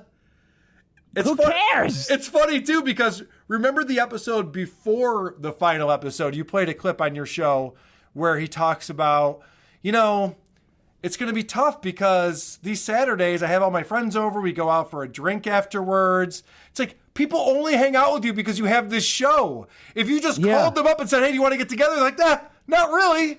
I'm gonna pass you're on friends that. with a bunch of LA assholes, asshole comedians who only are there to get a mention on your stupid show. Right. And I have a perfect example of that. So there's this guy, Zach. And Zach is a magician and a comedian. This is the worst introduction. If you're going to have a guest on your show, Dick, and you've had some big names on your show, this is not the way to introduce somebody who's coming on. Zach started pulling out these magic tricks that were just mind-blowing. And I know it sounds like one of those compliments I would give to somebody who's sitting in the room with me, but it's absolutely sincere. I'd say it regardless. Because thanks, buddy. Zach, I was thinking about those tricks he did like the day after, and they're so impressive. So everybody who was watching these tricks were really their jaws dropped. It was really good. You didn't have to be that good, Zach. Like that's the thing with magic tricks. A little bit goes a long way, wouldn't you say? Yeah. So there's two things What going the on. fuck? Yeah, I know. There's two things going on here. First off, he says, this guy, I just saw his show and it was really good. And normally when I say that, I'm just blowing smoke up somebody's ass. But for you, I'm actually being truthful. Your show was good. Like, oh, okay. I don't know how to take that. Yeah, I want to track the whole thing. Like, usually when I say to see how many layers of doubt Maddox has implanted in my mind before he instantly stumps the guy by changing the course of the conversation at the very last moment. Oh, right. So then he says, he goes through all this shit. You were really good. I was surprised. You were great. And he's talking to a magician and he says, you were actually really good, but you don't need to be that good, right? Like, what's... The guy's like, I guess not. Like, why would you have so many tricks? What do you mean? Yeah, what do you mean by this? It's like your stand-up was pretty funny, but I don't know, why was it that funny? Like, it doesn't even have to be that funny. You're putting way too much work into your craft. What do you mean a little bit goes a long way in magic? What the fuck are you talking about? What does that mean? I've seen a lot of magicians who just kind of half-ass it, and they're great too. Like, what? it's okay. Here's a great Maddox is so narcissistic he can't give. He's incapable of giving a compliment. He says something nice, then betrays it by saying he always lies. Yep. He's lying there. Yep. Then he exaggerates a statement and says that other people thought it too. So you think, okay, well, this isn't them saying it, so now I believe it even less. And then he goes on to discredit his own opinion by saying that less would have been just fine as well. None of that makes sense. This is how he introduced the guy. The guy just walked into the studio, and he has to contend with, like, how do you respond to that? I don't know. Wouldn't you agree with me that you don't need that much in magic? Wouldn't you agree with me that your life is a lie? What? So you're a magician. Magicians are bullshit, right? Wait, what? I thought we were friends. Explain to everyone why I think that. I don't know, man. You're an idiot. I don't know what to tell you. So at one point, Maddox insults this guy, Zach, by saying, you do comedy too, right? And Zach says this. Zach, you've been doing a shit ton of comedy lately too. That's what I do for a living. That's Maddox. right. I'm a comedian and a magician. For people in Los Angeles, where can people come see you do your live shows? So he says, you've been doing comedy. He goes, I am a professional comedian. That's what comedians do, is they do comedy. And I'm going to go ahead and call bullshit on Zach, because after Maddox gives him a chance to give a plug, Zach says this. If you go to my website, which is zachwaldman.com, there's a public performance schedule. There's nothing on there right now, but I'll have some dates added soon. Hey, where can people see you? Oh, just go to my website. There's a list of all the shows. There's no shows, but there's a link in the navigation. There's a link that has a list. Well, there would be a list of all the shows if I was booked anywhere. But I will get booked at some point, so just keep checking. What a fucking train wreck. This show is terrible. It's like little kids playing pretend talk show. Yes! Like terrible introductions. Thank you! Yes! For guests that have nothing to plug. Like, what are you doing, man? Why did you do this for so long? And the show... I hope it was to spite me, because then I feel like I won even more. Yes, because this show is not a show. It's these guys talking about nothing. It's uncomfortable. It's random. At one point, Taylor even calls him out for how long it's going on. I kind of like the idea that, like, for this last episode, we're just going on, and like it's like the ultimate troll is like, how long can this episode actually be? Even Taylor's feeling like, why are we? That was, by the way, there's still an hour to go after he says that. That's even a guy who's on the show going, what are we doing, guys? We're just dragging this out forever? What's the reason for this? I like that Maddox instantly is there to shut down any criticism. He has this thing of he thinks he's marketing a big brand where any negative commentary on it will get in people's minds and like sway them to. So as soon as he hears that it's boring, he's like, he used to do that to me all the time on The Biggest Problem. If I said anything was boring, you'd go like, hey, like, that's not cool. Like, we can't talk about things are boring. I'm like, I don't know, man. It was a fucking boring game and dumb. Like, I don't know what you want me to say. I'm trying to make some fun out of it here by ripping on it at least. He gives zero credit to the intelligence of the listeners. He says it as in jest, but he means it for real, because you're right. He doesn't want any negativity to give out because he thinks that will be what sticks in people's brain instead of them actually forming their own opinion. So what he used to do is he would say, wow, this is really funny. Wow, we're having a lot of fun. This has been a great show. This was a great debate. It's like, let me judge whether or not this was fun or great. Don't tell me that. I've never once come on this show and been like, we're going to have a great show today. Dick Masterson is here. He's really funny. Like, we'll just, either we'll be funny or not. We'll figure it out. People will fucking know. You can't convince them. He's a comedian, so make sure that you adjust yourself to understand that he's joking before he makes jokes. People, sit tight. We got LA-based comedian Dick Masterson on the show today. It's going to be a humdinger. It's ridiculous. I hate that shit where you think that you tell. This is what Opie does too, and I hate to always talk about Opie, but it's this thing where if we just tell people this thing enough times, they'll have to believe it. It's like a politician. Yeah. So no one's buying it. They see what you're actually doing. It's not fun or funny or interesting. All right. I love it when Maddox, a fat chick telling you how sexy she is all the time. It's like a fat chick who can't get a date and has never had a guy sleep with her more than once, getting out and saying, "I guess guys don't like me because I'm just too funny." Like, no, that's not.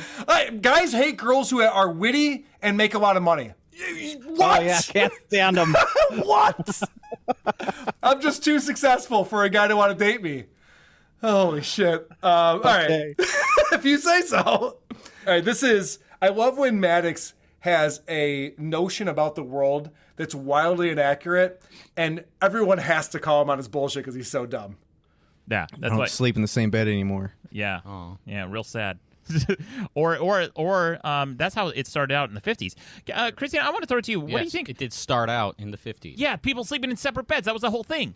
On TV. Oh, I thought you meant that was like a TV a wife thing. loving That was a you. real life thing. That was just a TV really? thing. Uh-oh, retard alert. Retard alert, class. This guy thought, I should have set that up better and explained they're talking about married couples. He thought that in the 50s, married couples started sleeping in their own twin beds in the bedroom. Because he saw it on Nick at Night. Yes! The historian. Back then, your whole room was black and white, and your wife slept in a separate bed than you. Like, well, no, that was what they did on television shows because it was like rated G. It was for all audiences. He had no idea. He thought that's how people lived. Such a fucking idiot. Oh, really? Everybody instantly knowing. Oh, yeah, you remember. And then shortly after that, they started like swearing. People started using swear words a little more. They would say like ass and damn. You remember in the 30s when they invented damn? You could say that? Yeah. Yeah, and then so fucking dumb. In 1939, we decided that the world should be in color. So we started painting things instead of just having everything grayscale. It was amazing. Holy shit. All right.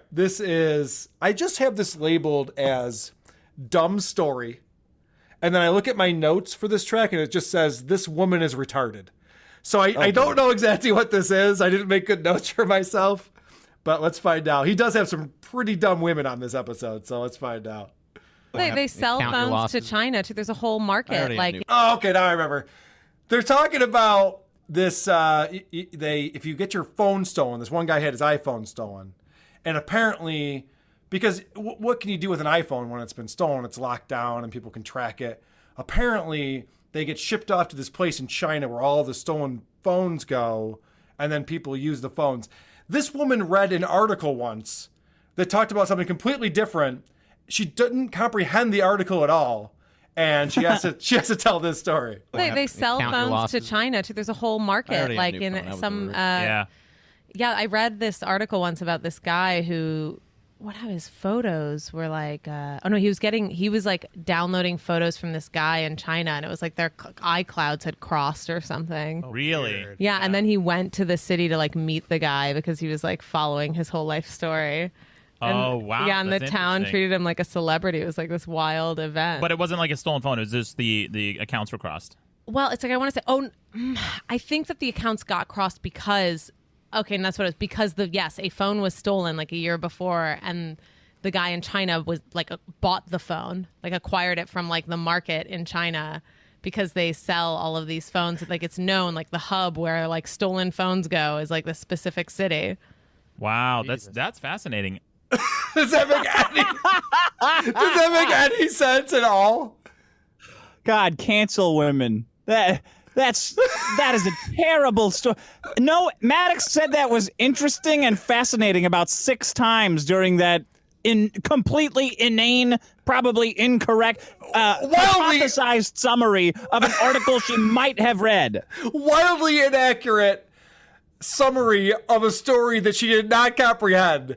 And it's like a child telling a dream. Yes! Filling in the blanks.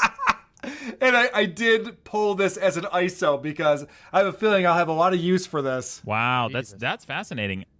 He couldn't be less sincere. It's just like, oh, there's a woman talking. Oh, wow, yeah, you're hot. I mean, that's interesting. That's fascinating. Fucking idiots. What is fascinating about that? I don't know. A guy got his account mixed with another guy's account and sees his pictures. Whoop-de-fucking-do. Yeah, the stupidest part about that is I look at other people's pictures every single day. It's called Instagram. Yeah, I'm not like a celebrity in some fucking town in China because I have someone following me on Instagram. What's the difference? Who cares? Wow, fascinating. It's fascinating. It's unbelievable. Rucka is riding Maddox the whole episode because Maddox doesn't put out any content. He doesn't make videos. He doesn't write books or blogs anymore. He's doing nothing. At one point, he's teasing him. Well, actually, at the very beginning, Maddox says, well, what are you talking about? I just put out a video last night about earthquake safety. Oh, yeah. So then at the end of the show, he reiterates that he made this video. I'm going to put together a montage. I almost had that done in time for today, but we had an earthquake last night, which threw everything off. Why would that throw everything off? Wait, what? Yeah. I'm sorry. Zero effect on any of our lives. What are you talking about? Oh, sorry. I happened to make a video that was very beneficial for people's lives. That was earthquake safety tip. You did make a video. I did make a video. Yeah. All right. So, Dick, I have this video pulled up right here. Can we talk about this? You know what? I hadn't watched it. Okay. Yeah, but let's talk about it. Let's talk about it. I'm going to start playing it, and I don't have clips. I'm just going to play it, and we can talk. Hey guys, we just had a couple big earthquakes in California, so I'm making a video on how to put together an earthquake preparedness kit. Here's what I put in mind. First, you start out with a plastic bag. I recommend just a plastic bag. By the way, this video has 2,000 views on YouTube 2 weeks later. Who is he helping with this? What percentage of those what people? A click whore. Yeah, right. What percentage of those people live in an area where there's an earthquake that's going to happen? And you live in LA. That earthquake was like 150 miles away or something, right? Yeah, it was nowhere. It was nowhere. Nobody cares about it, and like no one is interested in a satirical take on it either. Yeah. They're either tired of hearing about it, or it's just nothing happened. All right, so I pride myself on being in on the joke. Tell me this is satirical because I don't get any of the jokes here. Then, if that's the case. Not a travel bag because this, when you see it, looks kind of shitty. It makes it less likely that people are going to rob you. That's actually a good thing. Get a plastic bag. Don't get anything fancy. Leave your Chanel bullshit in the closet. Next, I recommend having your phone charged. Do it now. Charge your phone. Make sure it's fully charged so you can grab it and go in case an earthquake happens in the middle of the night. You don't want to charge your phone first thing in the morning. I'm talking to everyone who uses Instagram like crazy. That shit sucks your battery. So charge your phone. Keep it ready to go so that you can leave at a moment's notice. Next. How long do you have to explain that you should charge your phone?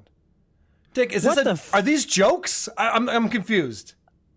No, and who has a Chanel emergency Going bag? back to that. Yeah, I know. It doesn't make any sense. He says, grab a shitty plastic bag because you don't want people to know all your good stuff's in there. And then what you want to do is you want to have a full battery on your phone. Like, who is this for?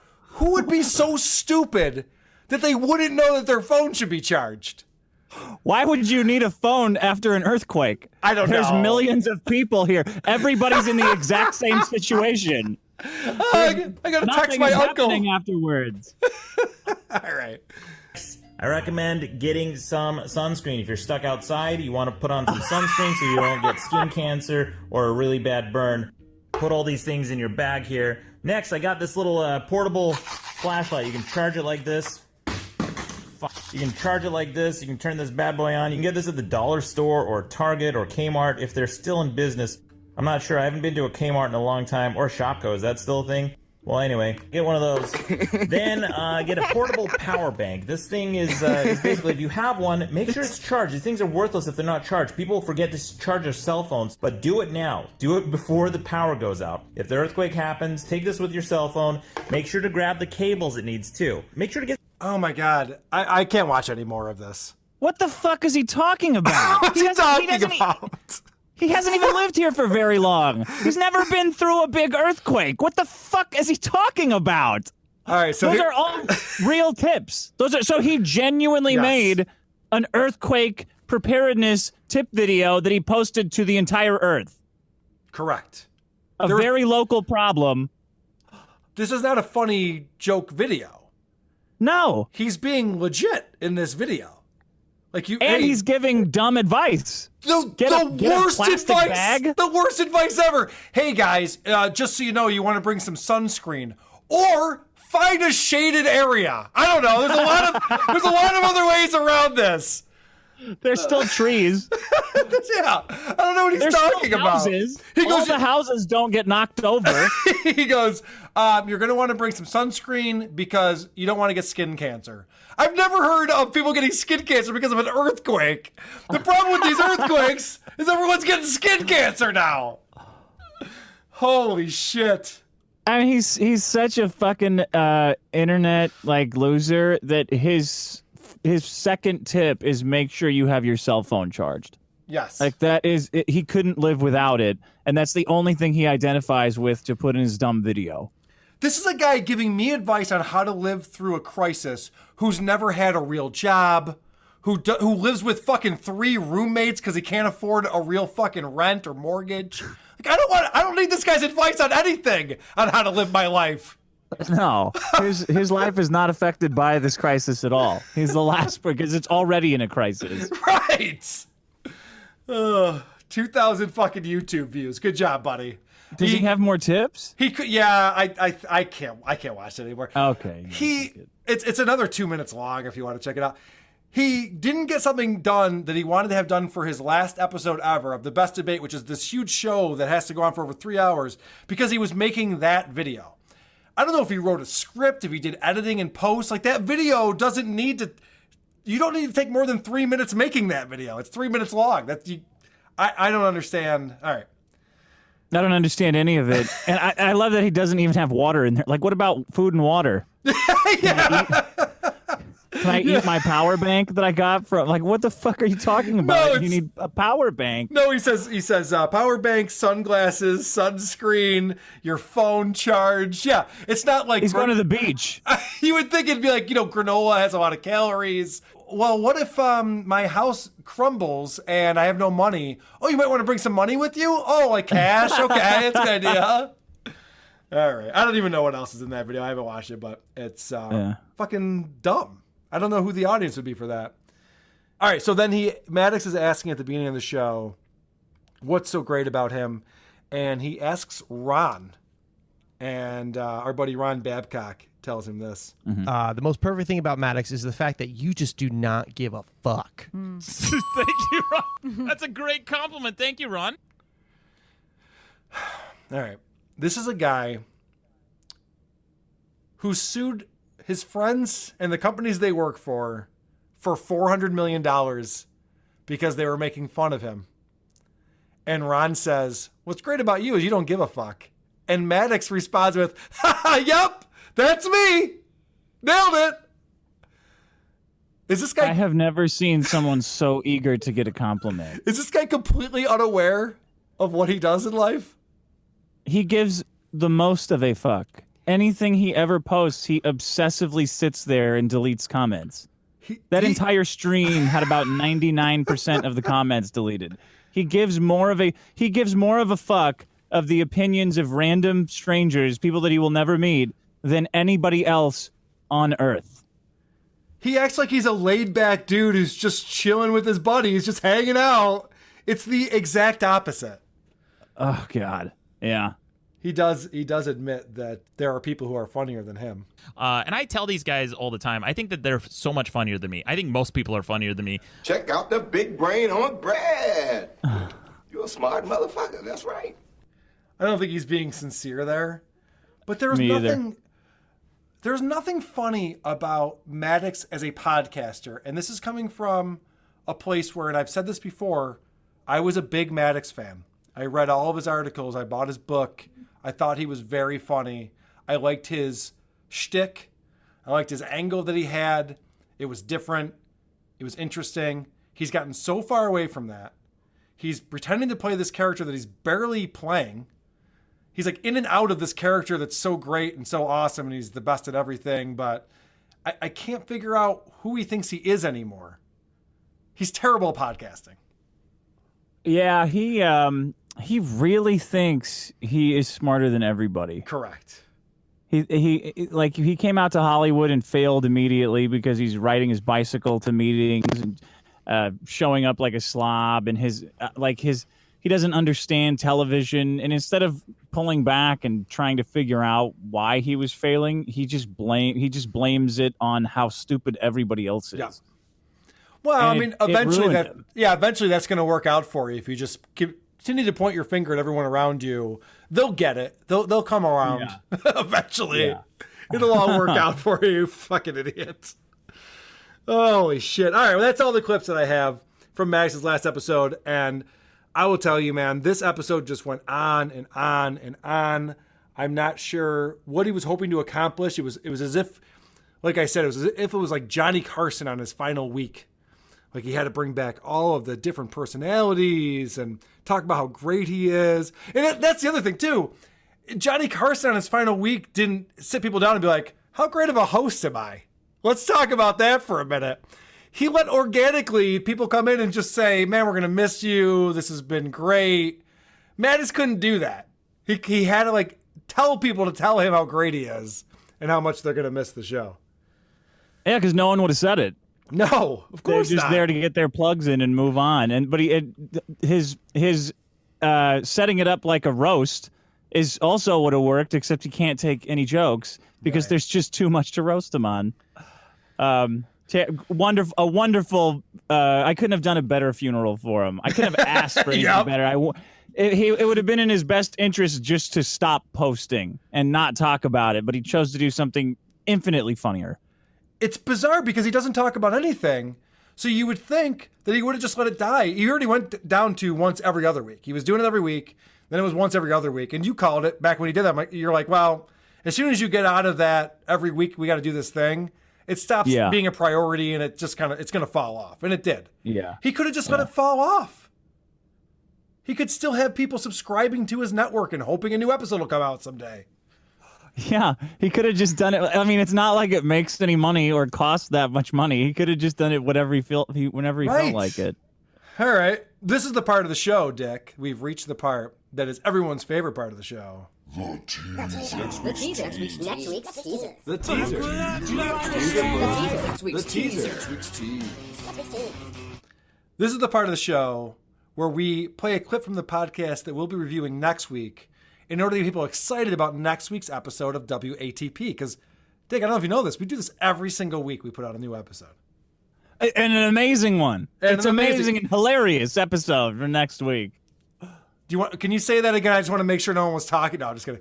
That's going to end up at the beginning of the show now. This is a clip from the podcast that we'll be putting out next week. And I'm not going to lie, we've already recorded this episode. I am going to New York next week. If anybody wants to go to the Mets game on Sunday, I'll be there. We're not recording a podcast because it's my wife's birthday weekend, but we've already recorded it and we're going to put it out. It was for another one of my podcasts known as American Crimes. Now, I don't know if I've mentioned American Crimes on this show before, but I do want to say one thing, and I want to make sure that I reiterate it. It is one of the best shows that I do. Not because of what I do, not because of the quality of content. For some reason, it just gets the best numbers, okay?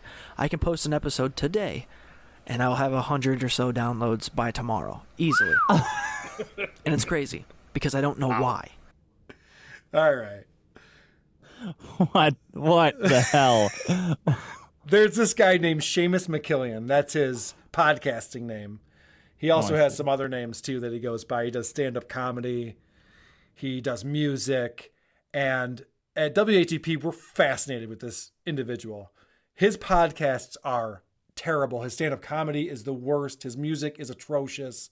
I can't figure out why this guy he's a stay-at-home dad who lives in a trailer park.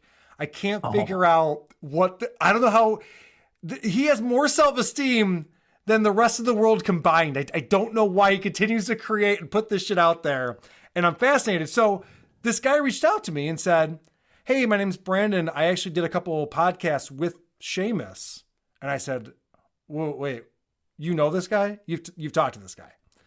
You have to call into my show. So we had him call in. Yeah. And we did like a 40-minute interview with Brandon to talk to him about his experience with this guy. And then we also broke down a podcast called Shamecast, which is one of the shows that Seamus McKillian does. So we play through some clips from that. Doug from Who's Right's on, Croge is on, and we talked to this guy Brandon. It was a lot of fun. So we'll be putting that out next week. I've already teased that we were going to do this, but next week we'll be putting that out.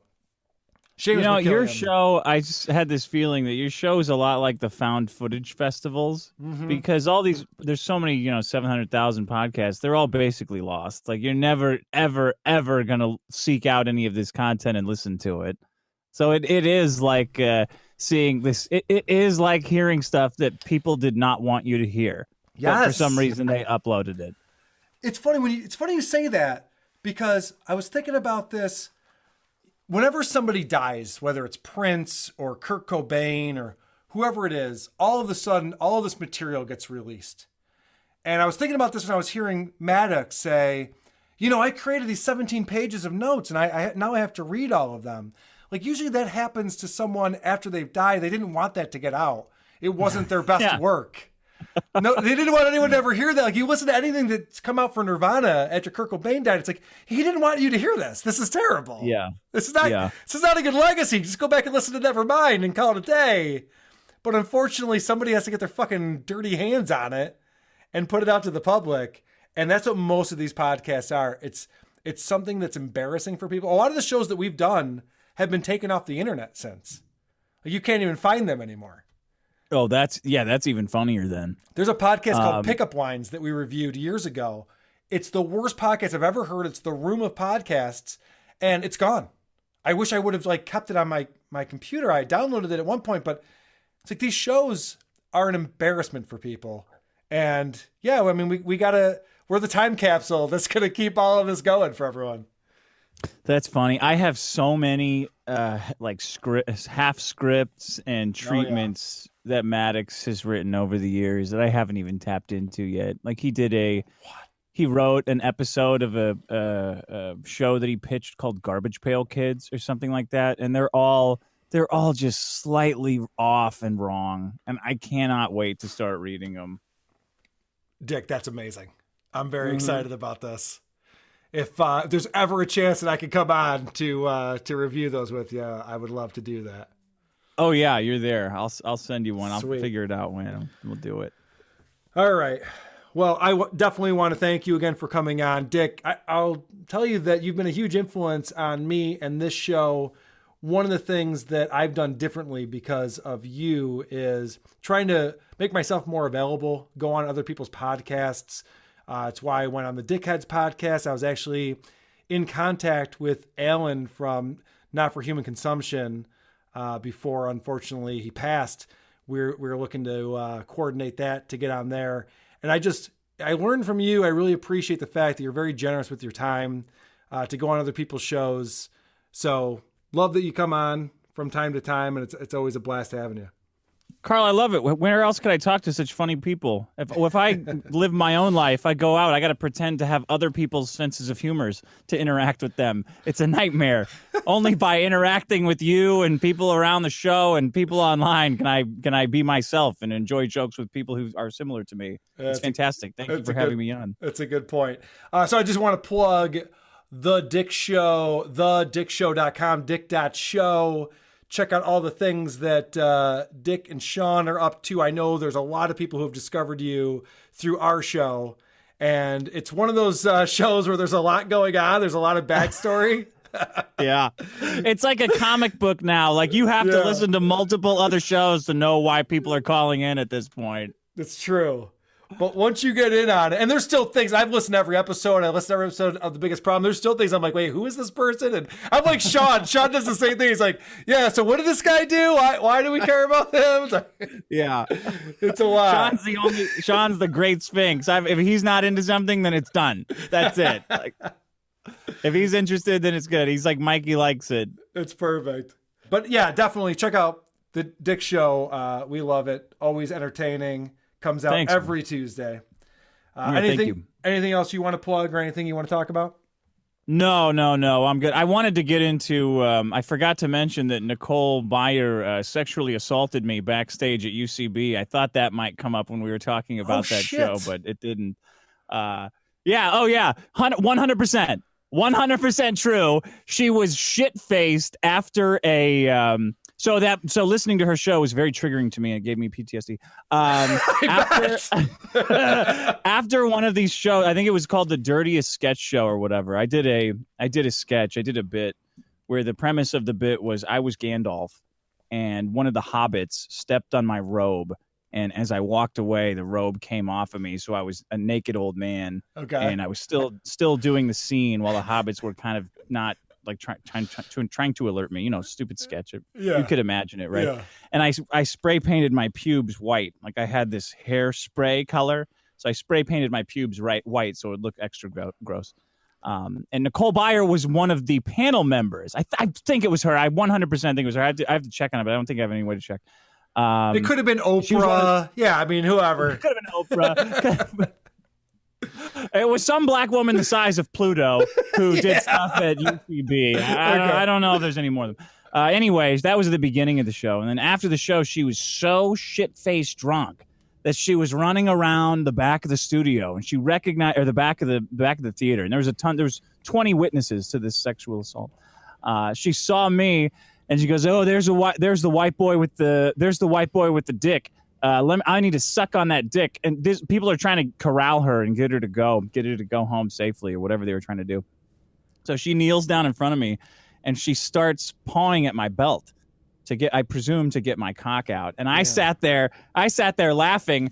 I thought it was a joke at the time, but now I realize that just our power differences within UCB is what compelled me to submit to this attack, even though I didn't want it to happen. Me Too has taught me that. So some of her comedian friends came over and they're like, "What are you doing? Stop her from trying to suck your dick." And I said, "Hey, if she gets the belt off, she can go for it. It's all hers." Because she was so drunk she couldn't get the belt off. She eventually failed to get the belt off, and they led her away. And I don't know. They threw her in the back of a. They threw her in the back of one of those U-Haul got junk containers. So it was very funny to me to listen to a podcast where she's talking about she can't find a date. I'm like, oh, I guess I'm on that list of guys who've turned her down. It took 6 pallbearers in order to lift her up and escort her out of the place. Get her out of the trunk. Yeah, but as I was telling the story, the 80s girls in the car, I was telling her the story, and I'm like, yeah, that's very much I was 100% sexually assaulted. If a guy did that, I know it wouldn't have been funny. Well, it's interesting because if you think about that compared to "May I jerk off in front of you," I think that Nicole Byer thing's a little worse. She was physically trying to get your cock out of your pants. It's a lot worse. I don't know that I could have taken her. Like, she's a big girl. I don't know. It would have been like Hulk Hogan versus Yokozuna. I don't know if I could have body slammed her up. So there you go. Wow. How did that not come up in conversation? I would have led with that. I was gonna lead with it, but I'm like, I don't know. Maybe this isn't apropos of whatever we're talking about. Oh my God. I blame myself. I didn't give any room for you. I should have said, "Hey, Dick, you live in LA. You know Nicole Byer at all? You ever come across her before?" Has your cock ever led you across this woman? I can't believe guys don't want to date this rapist. I can't believe it. Go figure. Yeah. So please join us again next week. It might be the episode where we find out once and for all, who are these podcasts? Sleep well, every pony. Farting in the mosh pits of morning radio. Jesus Christ. Okay. Great show. Good job, everybody. Great job, everyone.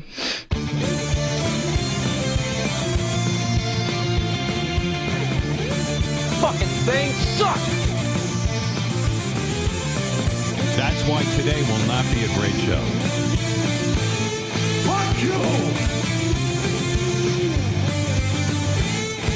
You fucking know all about this shit. Epic fail. Ew.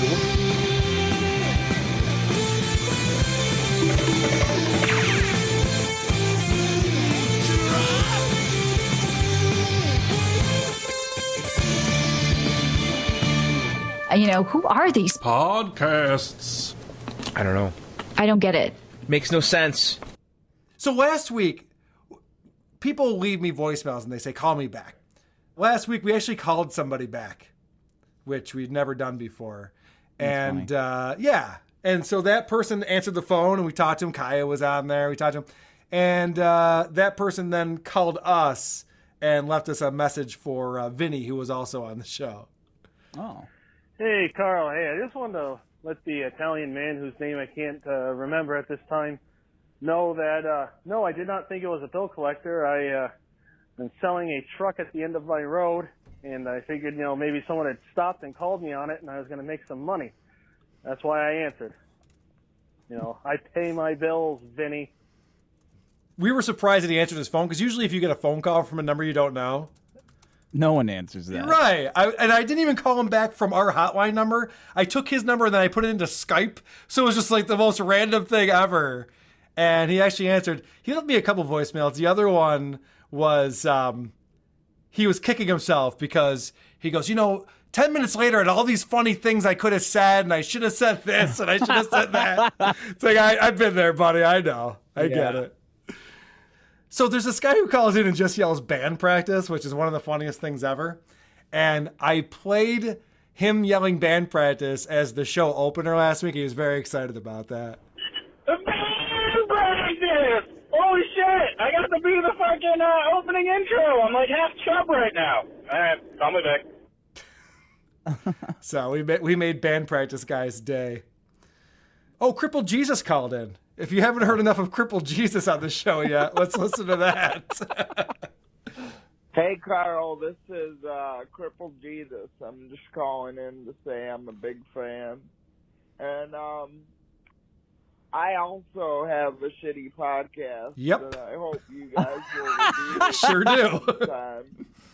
We are now on iTunes. If you want to check us out, Wow. Cripplecast will be the first result. You'll be the first result of your own show name. Make a compilation about all the times that I cut off my guests, because that does seem to happen because I'm a retard. But I was just calling in to say how much I love the show, and call me back, guys. Bye. Yeah, that's what we were talking about before when he said, hey, you know what, listen to my show, and you should make fun of the fact that I always have this witty banter and this amazing back and forth with the guests. Like, don't tell me what's bad about your show, dude. There's so much. It's best not to ask people who make fun of people for a living what to make fun of. Right. That's That's the one thing I got. I got that. You're really giving me an insight about what you definitely don't want me to make fun of. If you are really leaving some pregnant pauses if Crippled Jesus is parking his wheelchair in them. Yeah, no shit. If you're getting interrupted by Crippled Jesus, you're really leaving some dead air. You're really leaving an opening. All right. I think you've made at least 5 jokes about his wheelchair on this episode, which is a new record. We played a couple weeks ago. Our Cringe of the Week was the show called The Comedy Button. And Dick, this was amazing. The guy goes, he's asking his co-host, what's the funniest joke you've ever heard? And the guy goes, well, I'll tell you, but, it's a little offensive. He goes, then don't even tell it to me. He goes, no, I'm gonna tell it to you. He goes, no, this is a show called The Comedy Button. The guy goes, no, if it's offensive, I don't want to hear it. And the guy proceeds to tell a Helen Keller joke, one that we've all heard back when we were kids. Yeah. And then the other guy has to go on for 5 minutes to explain why that's not funny, and how people who can't see or hear would be deeply offended by this joke. And not people who can't hear. How would they hear it? Right! It doesn't make any fucking sense! It's a Helen Keller joke! So anyway, we've had people call in with their funniest joke, but then they make sure to explain why it's not offensive.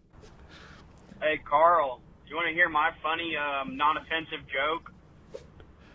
What's the difference between jam and jelly? I can't jelly my dick up an autistic girl's asshole. Bye. All right, so we've all heard that joke, a little bit of a twist to it, but then he calls back and deconstructs it for us. Sorry, I forgot to deconstruct that joke for you.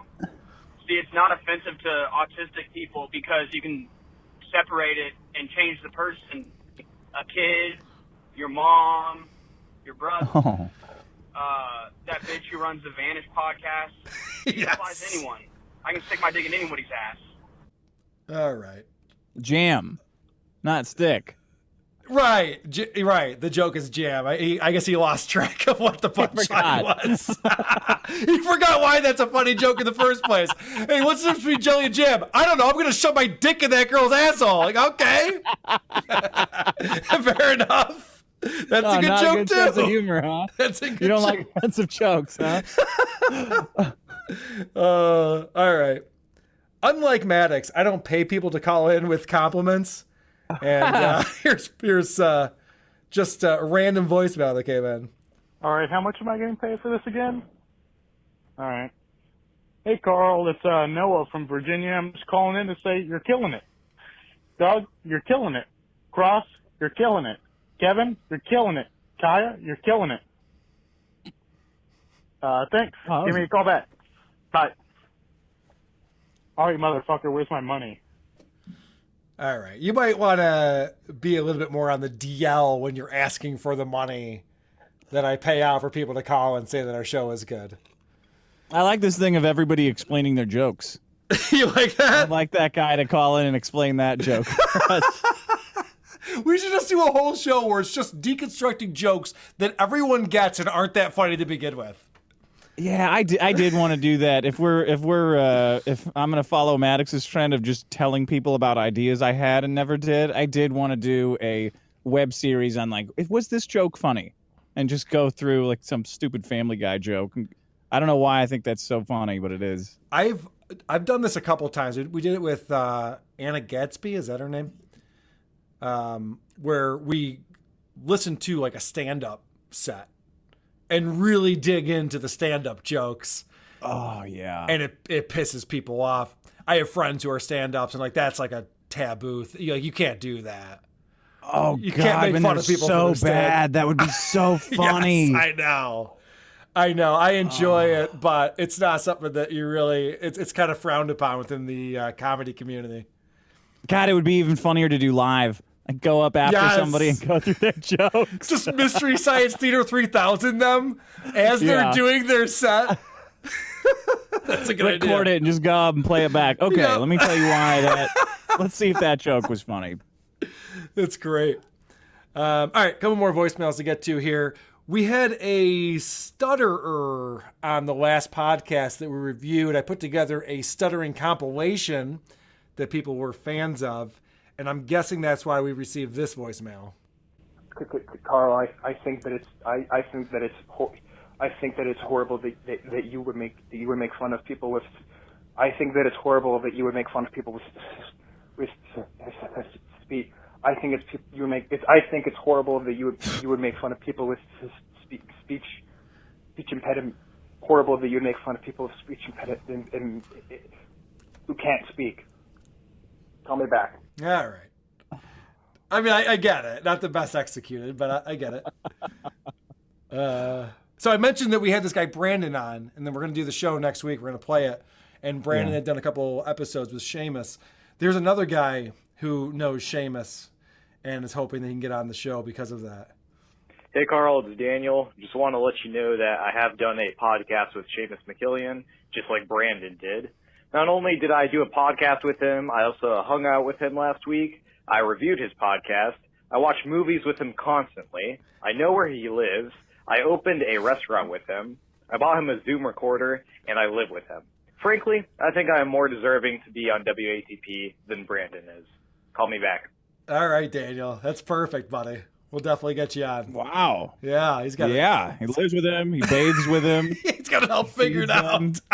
Picks out his clothes for tomorrow. He gave birth to me. I mean, no one knows this guy better than I do. We have a caller named Boomer Guy, and the fans are not friendly towards Boomer Guy. Kazaroo, this is for Boomer Guy. Boomer Guy, buy a weight vest. 40 pounds, put it on. Get drunk. Climb to the top of the highest nearest bridge to you. Slice your wrist. Jump off the bridge. That's an elaborate way to kill yourself. You're buying a weight vest. You're slitting your wrists. You're jumping off a tall thing. Like that's pretty foolproof, I would say. Shoot yourself while you're in midair, too. I thought he was going to have the weight vest. At first, I thought it was to drown, but then when he started saying climb, I thought, wait, does he think you fall faster if you have a weight vest? Yeah, maybe. Guy did not take physics in high school.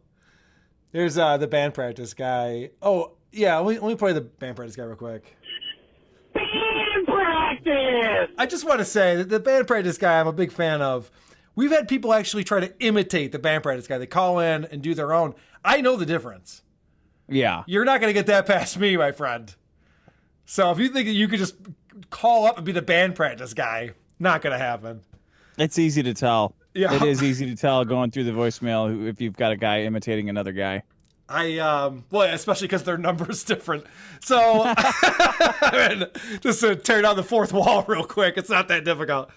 This is, last week we did a show with these video game nerds, and when I announced that we were going to do that show, I got a note from someone saying, hey, just so you know, this guy's bipolar, and he's got issues, and if you make fun of him, it could be bad, and oh, I know. So now I got to go do a show. I heard about this. So I get out and I'm like, hey, it's all fun and games. So I got called out for trying to play it both ways, and rightfully so. On this week of WATP, Carl plays a little game called Hedging His Bets, where he makes fun of a depressed man and then consistently backpedals so that he doesn't kill himself. Oh, yeah, we love you, Ferg. Yeah, but you suck. Oh, man, you guys kind of deserve this. You put this out on the internet. Carl, if he kills himself, I hope you kill yourself. I didn't know what to. I mean, Dick, how would you? Let me ask you this, because you're a professional podcaster. Yeah. If you have this topic of conversation that you're going to do, and you're like, "Oh, this is the thing we're going to do this week," and then someone sends you a note and just says, "By the way, if you do that, it's going to cause a lot of damage to this person." Like, what do you do with that information? What am I supposed to do with that? I have a shirt on my store. If I push anyone to kill themselves, and before they do it, they have to go buy the shirt. It's $5,000. It's called the "I'm Done Dude" shirt. Okay. So that way that way I will know for real, because credit card companies can't come after your debt when you're gone. Yeah, so I will true. have that money. That's how I deal with it. Just make sure you can merchandise it, I guess is what I'm saying. Monetize it. Well, that I don't know. I like the premise of that, Dick. The problem is I like the premise of that. The problem is, if I cause someone suicide, the last thing they want to do is give me $5,000 before they kill themselves. I don't think it logically makes sense, but I like that idea. Yeah, I don't know. I don't care. I'm trying to think of like a funny way around it, but I just don't care. Good point. Yeah, that makes sense. I've been trying to do that to Maddox for 5 years now. That hasn't hit me, but it's not working. So Dick, whenever you say you're going to come on, you always do. You're a stand-up guy. I've had a couple of other co-hosts, like Dave Landau is one. He's the co-host on the Anthony Cumia show and stand-up comedian, nationally touring comedian. He has bailed on me the day before twice now. So this voicemailer has a message for you, but wasn't sure that you'd actually be on the show. Okay. Hey there, Carl. It's your boy Bradley. You already know who it is. And hi there, Dick. If Carl actually got the guest that he said he was going to get on for once in his fucking life. Yep. I've got a new podcast that I think you might want to check out. It's called Cold Ones. It's another one of them YouTuber podcasts if you're not already set up with listening to all these bullshit YouTuber podcasts like the Official Podcast or whatever. Ooh, shots fired. I think you'd really like it. And check it out if you want to do a cool episode. But and if you don't check it out, it'll piss me off because, as you may or may not have known, I have depression. So I don't want this blood to be on your Check out my hands. shirt, So, man. Check it out. Get back to me. Give me a call back. Love you.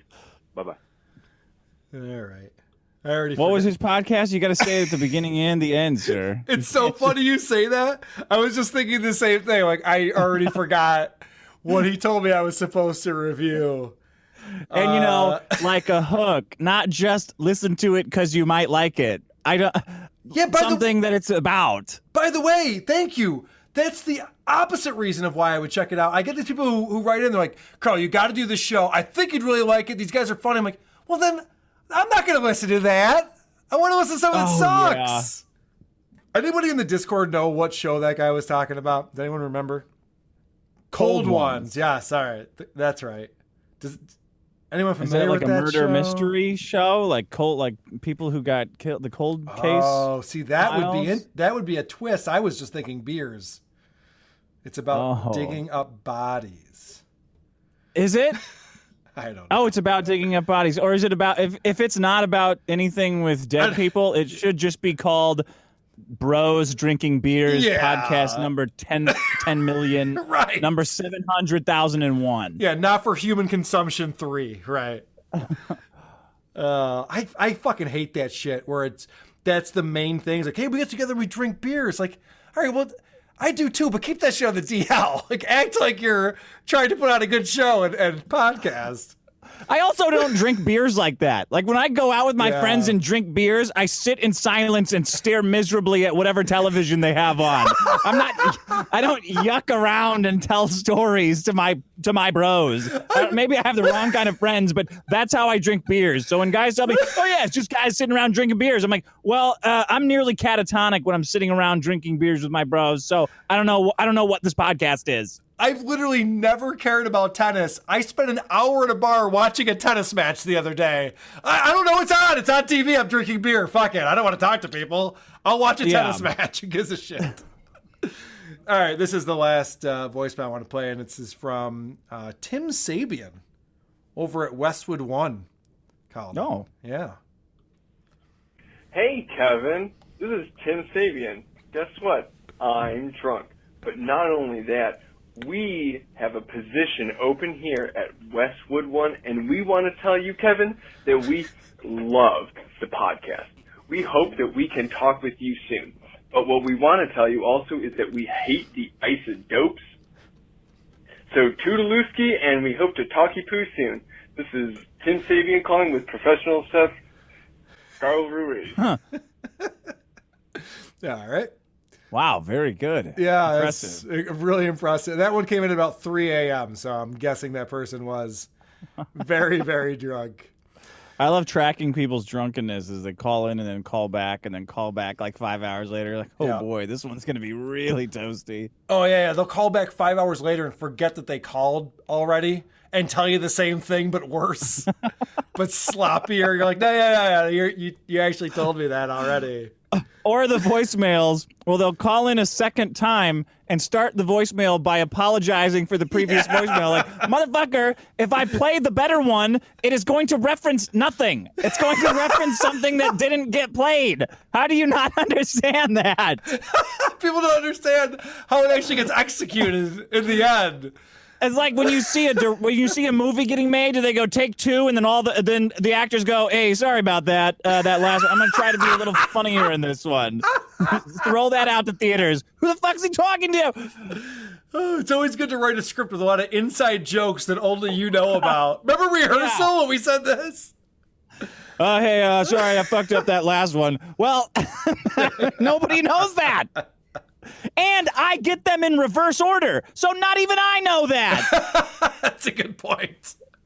You're like, what is this guy chuckling about? And then you go down 3 more voicemails. Like, oh, okay, right, that's the thing. Oh, I see. All right.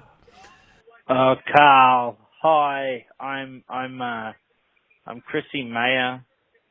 I feel really upset because they had me on in hot water, and I said that I really made a shit show, and I tried to make myself sound better, but then when I went on hot water, I just made myself sound like exactly what I sound like, which is a shit unfunny person. And so sorry, Carl. Going in hot water to find out how unfunny Chrissy May is, but you already know how unfunny she is. I mean, how unfunny I am. I'm sorry.